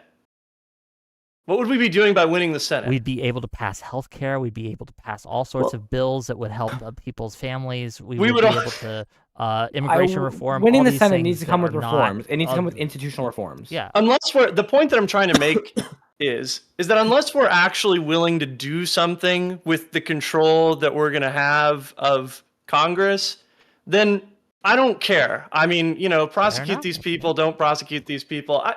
Unless we're willing to actually make serious institutional reform and frankly go after them with the power of Congress. We need the power of Congress, at least in my world, we need the power of Congress to go after these people in a substantive way. That's their role. Yeah, exactly. And so, I don't know. I also think sometimes we can get a little too we don't know how people are going to react to the prosecution of corrupt people. I know I've heard Hutch say before, I don't know if it was in this debate or in a video that I saw of his, but previous administration, all the other prosecutions of Trump or Republicans, they were polling above 50% of people thought that it was a legit thing to do. And so, frankly, Well, wait a minute, I Ryan, understand you want me to can I engage just- with the hypothetical. Can I just say real quick, this is important, because if you look at the body of the polls, yes, often the prosecutions of Trump were favored by more Americans than not, including a majority, but also poll after poll after poll showed that more Americans than not felt that there was a political valence to the prosecution. So they simultaneously felt, yeah, I think they're going after Trump in part because it's fucking Trump and they hate his guts and there is a political edge to this, but also I support them doing it anyway, slightly more than not. But that's not going to be that's actually 100%. an interesting argument. I think that's not going to be thing. That's not going to be that's not going to be 100% overlap, though. That could be just a small based American subset. public. Yeah. That's what I have to say to that. Based American public. I don't think anybody on this panel is against like aggressively prosecuting criminals and going through the proper channels. But I respectfully, I think that we're not even talking about a risk assessment here. If you do it the way that this administration is doing it, it's not a risk. It is a certainty that the public will not respond well to that.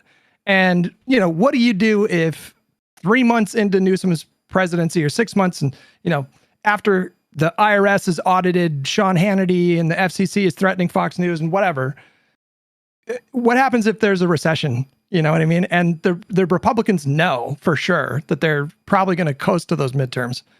Like, you're just back at square one. Like, you have not addressed the problem. You have not dissuaded any kind of behavior. Maybe you've deterred a few people from doing things, but at that point they're going to know that they're going to coast. And so without these, like you're talking about these punishments, I think punishment is important in a liberal democracy. If you have a society that's structured around the rule of law, of course that matters. But to Storm's point, the more important thing to do when you get that power is to strengthen the institutions against future bad actors. That is going to go way further than punishments. And we know this for a fact because, like, I've mentioned this a few times, but bribery just happened like out in the open in American government for decades.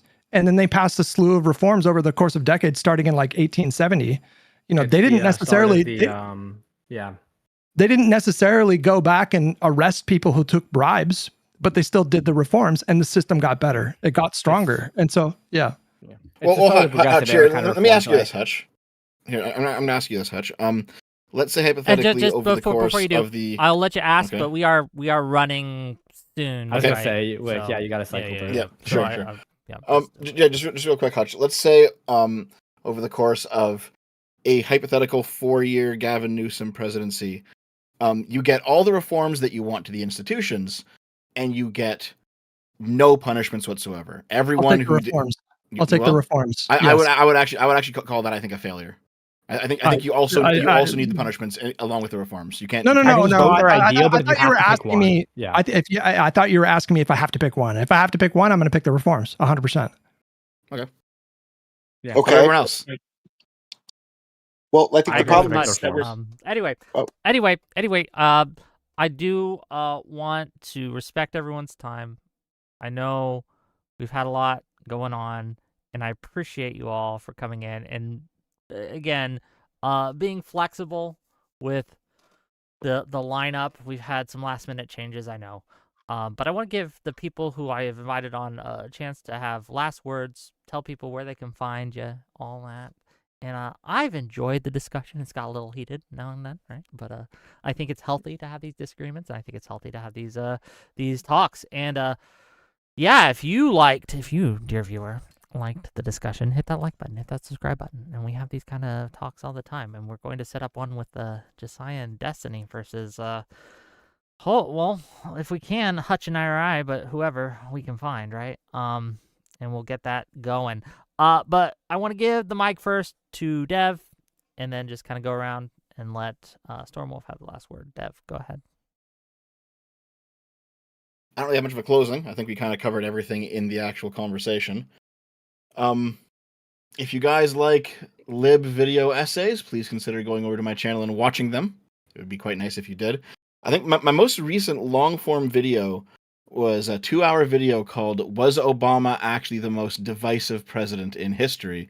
Because right-wingers like to claim that, And so I went over a whole bunch of Obama's past statements, and I went over a whole bunch of right-wing claims about them, and I disproved every single one of them. So if you have a spare 2 hours, feel free to slap that on in the background.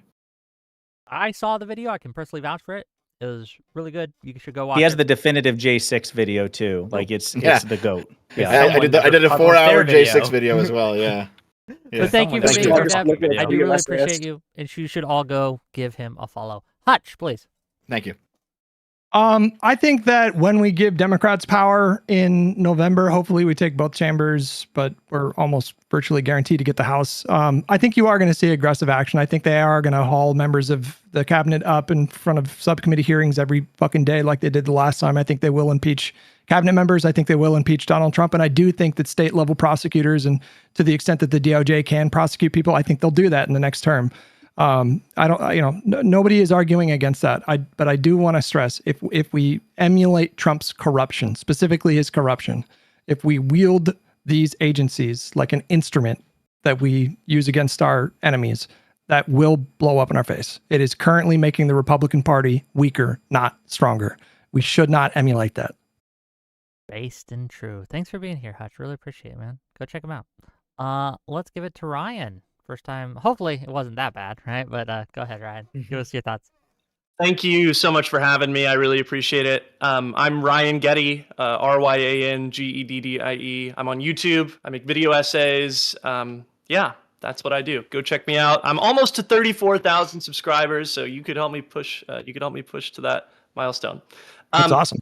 I just wanted to close by saying I just want to really re-emphasize again that liberalism is really important to me. I believe it's the best philosophy for governance that there is. I think that the American system is an attempt to put some liberal principles into practice, but the American system, such that it exists, is not liberalism itself. There are a lot of things about the American system that are illiberal and ought to be changed. I want to punish crimes that the administration has committed, not because I think it's necessary to abandon liberalism to do that. I think it's perfectly liberal to do that. In fact, I think equal protection under the law, the fact that nobody's above the law, these are clear and important liberal principles that are incredibly important to uphold. So I just, yeah, that's it, actually. Yeah, check me out. Thanks so much for having me on. No, thanks for being here. Really appreciate you. And Also destroy the executive branch. branch. Go check him out. I love his videos. I really enjoyed his going over each of the 2028 Democratic candidates. I thought that was enlightening and well thought out. He deserves the growth he's seeing. Give him a check out. Last but certainly not least, Stormwolf, go ahead. Yeah, I really enjoyed this conversation. I appreciated everyone here because I'm fans of a lot of you guys. I will say that, like, I think in general, one thing I appreciate is it doesn't feel like we're distinct in what we want to achieve and what the end goal is. I think we all want accountability. We all want to prevent this from happening in the future. I think we just disagree with how to get there, which I think is fine. I think for me, the most important thing is addressing the conditions that led to Trump getting power in the first place. And I think that's a huge lack of faith in liberal institutions. And like I said a couple times, I think that comes through restoring reforms. That comes from accountability for corruption. I think a lot of people do feel they see people on the top in this whole like anti-establishment. They feel like their lives suck while these people are benefiting. So they want to see the people at the top like held accountable, which is why I believe in prosecutions. I know that might have gotten muddied, but I just feel like you need to do prosecutions in a way that can minimize risk and still hold people accountable. Obviously, there's always going to be some risk, but if you can do something like a bipartisan corruption committee in Congress that then gets transferred into like the DOJ and recommendation for like prosecution, that might be a lot better because then you have this bipartisanship, which makes it hard to see political prosecution, and you can generate support against a popular anti-establishment sentiment. But then lastly, you need to make liberalism work. You need to govern effectively where people don't feel like how they felt in 2024, where the inflation was so high that they said, well, fuck it, who cares if it's Trump again, I'll vote for him. I don't think anyone here, I think in general, that's just where this needs to be focused on. I think when we abandon liberalism, it risks a dangerous precedent and a race to the bottom to say, well, you abandoned liberalism, so I can abandon liberalism. I guess I'm very concerned about the pathway back, is what I would say. Okay, well, thank you all for being here. Any final words from the Peanut Gallery? I'm looking at you, Josiah, or Justice, or she's right. I have to go back and listen to the previous hour, the hour that I missed. Looking forward to that. I sent you a text, Josiah. Ooh, some texty text. You gonna share with the class, or are we gonna? It's just pass your them? dick again. Yeah. What do you God think? damn! It's already I my keep asking you. wallpaper. It's already my wallpaper, Okay. man. Just Well, give it. I just all give right. it a rating. all I'm asking is just Well, is it a thank 9? you. Is it an 8? Yeah, thank you Sure. all for Oh. being here. I love you all, even though some of you Uh, are wrong. But some of you are right, and that's okay. So, I'll talk wait, to you can I guys say later. something? Oh yeah, go before ahead, you- real quick. Yeah, I think everyone should subscribe to the channel, become a channel member, like and subscribe, and support Wick. And also, Wick, I think that Stormwolf should be on the Destiny panel. I think he's I Maybe think we'll he'd be see. pretty good. Maybe we'll see. I love you all. That's up I'll to talk to you later. Okay. Hutch and July. All who's right. organizing it.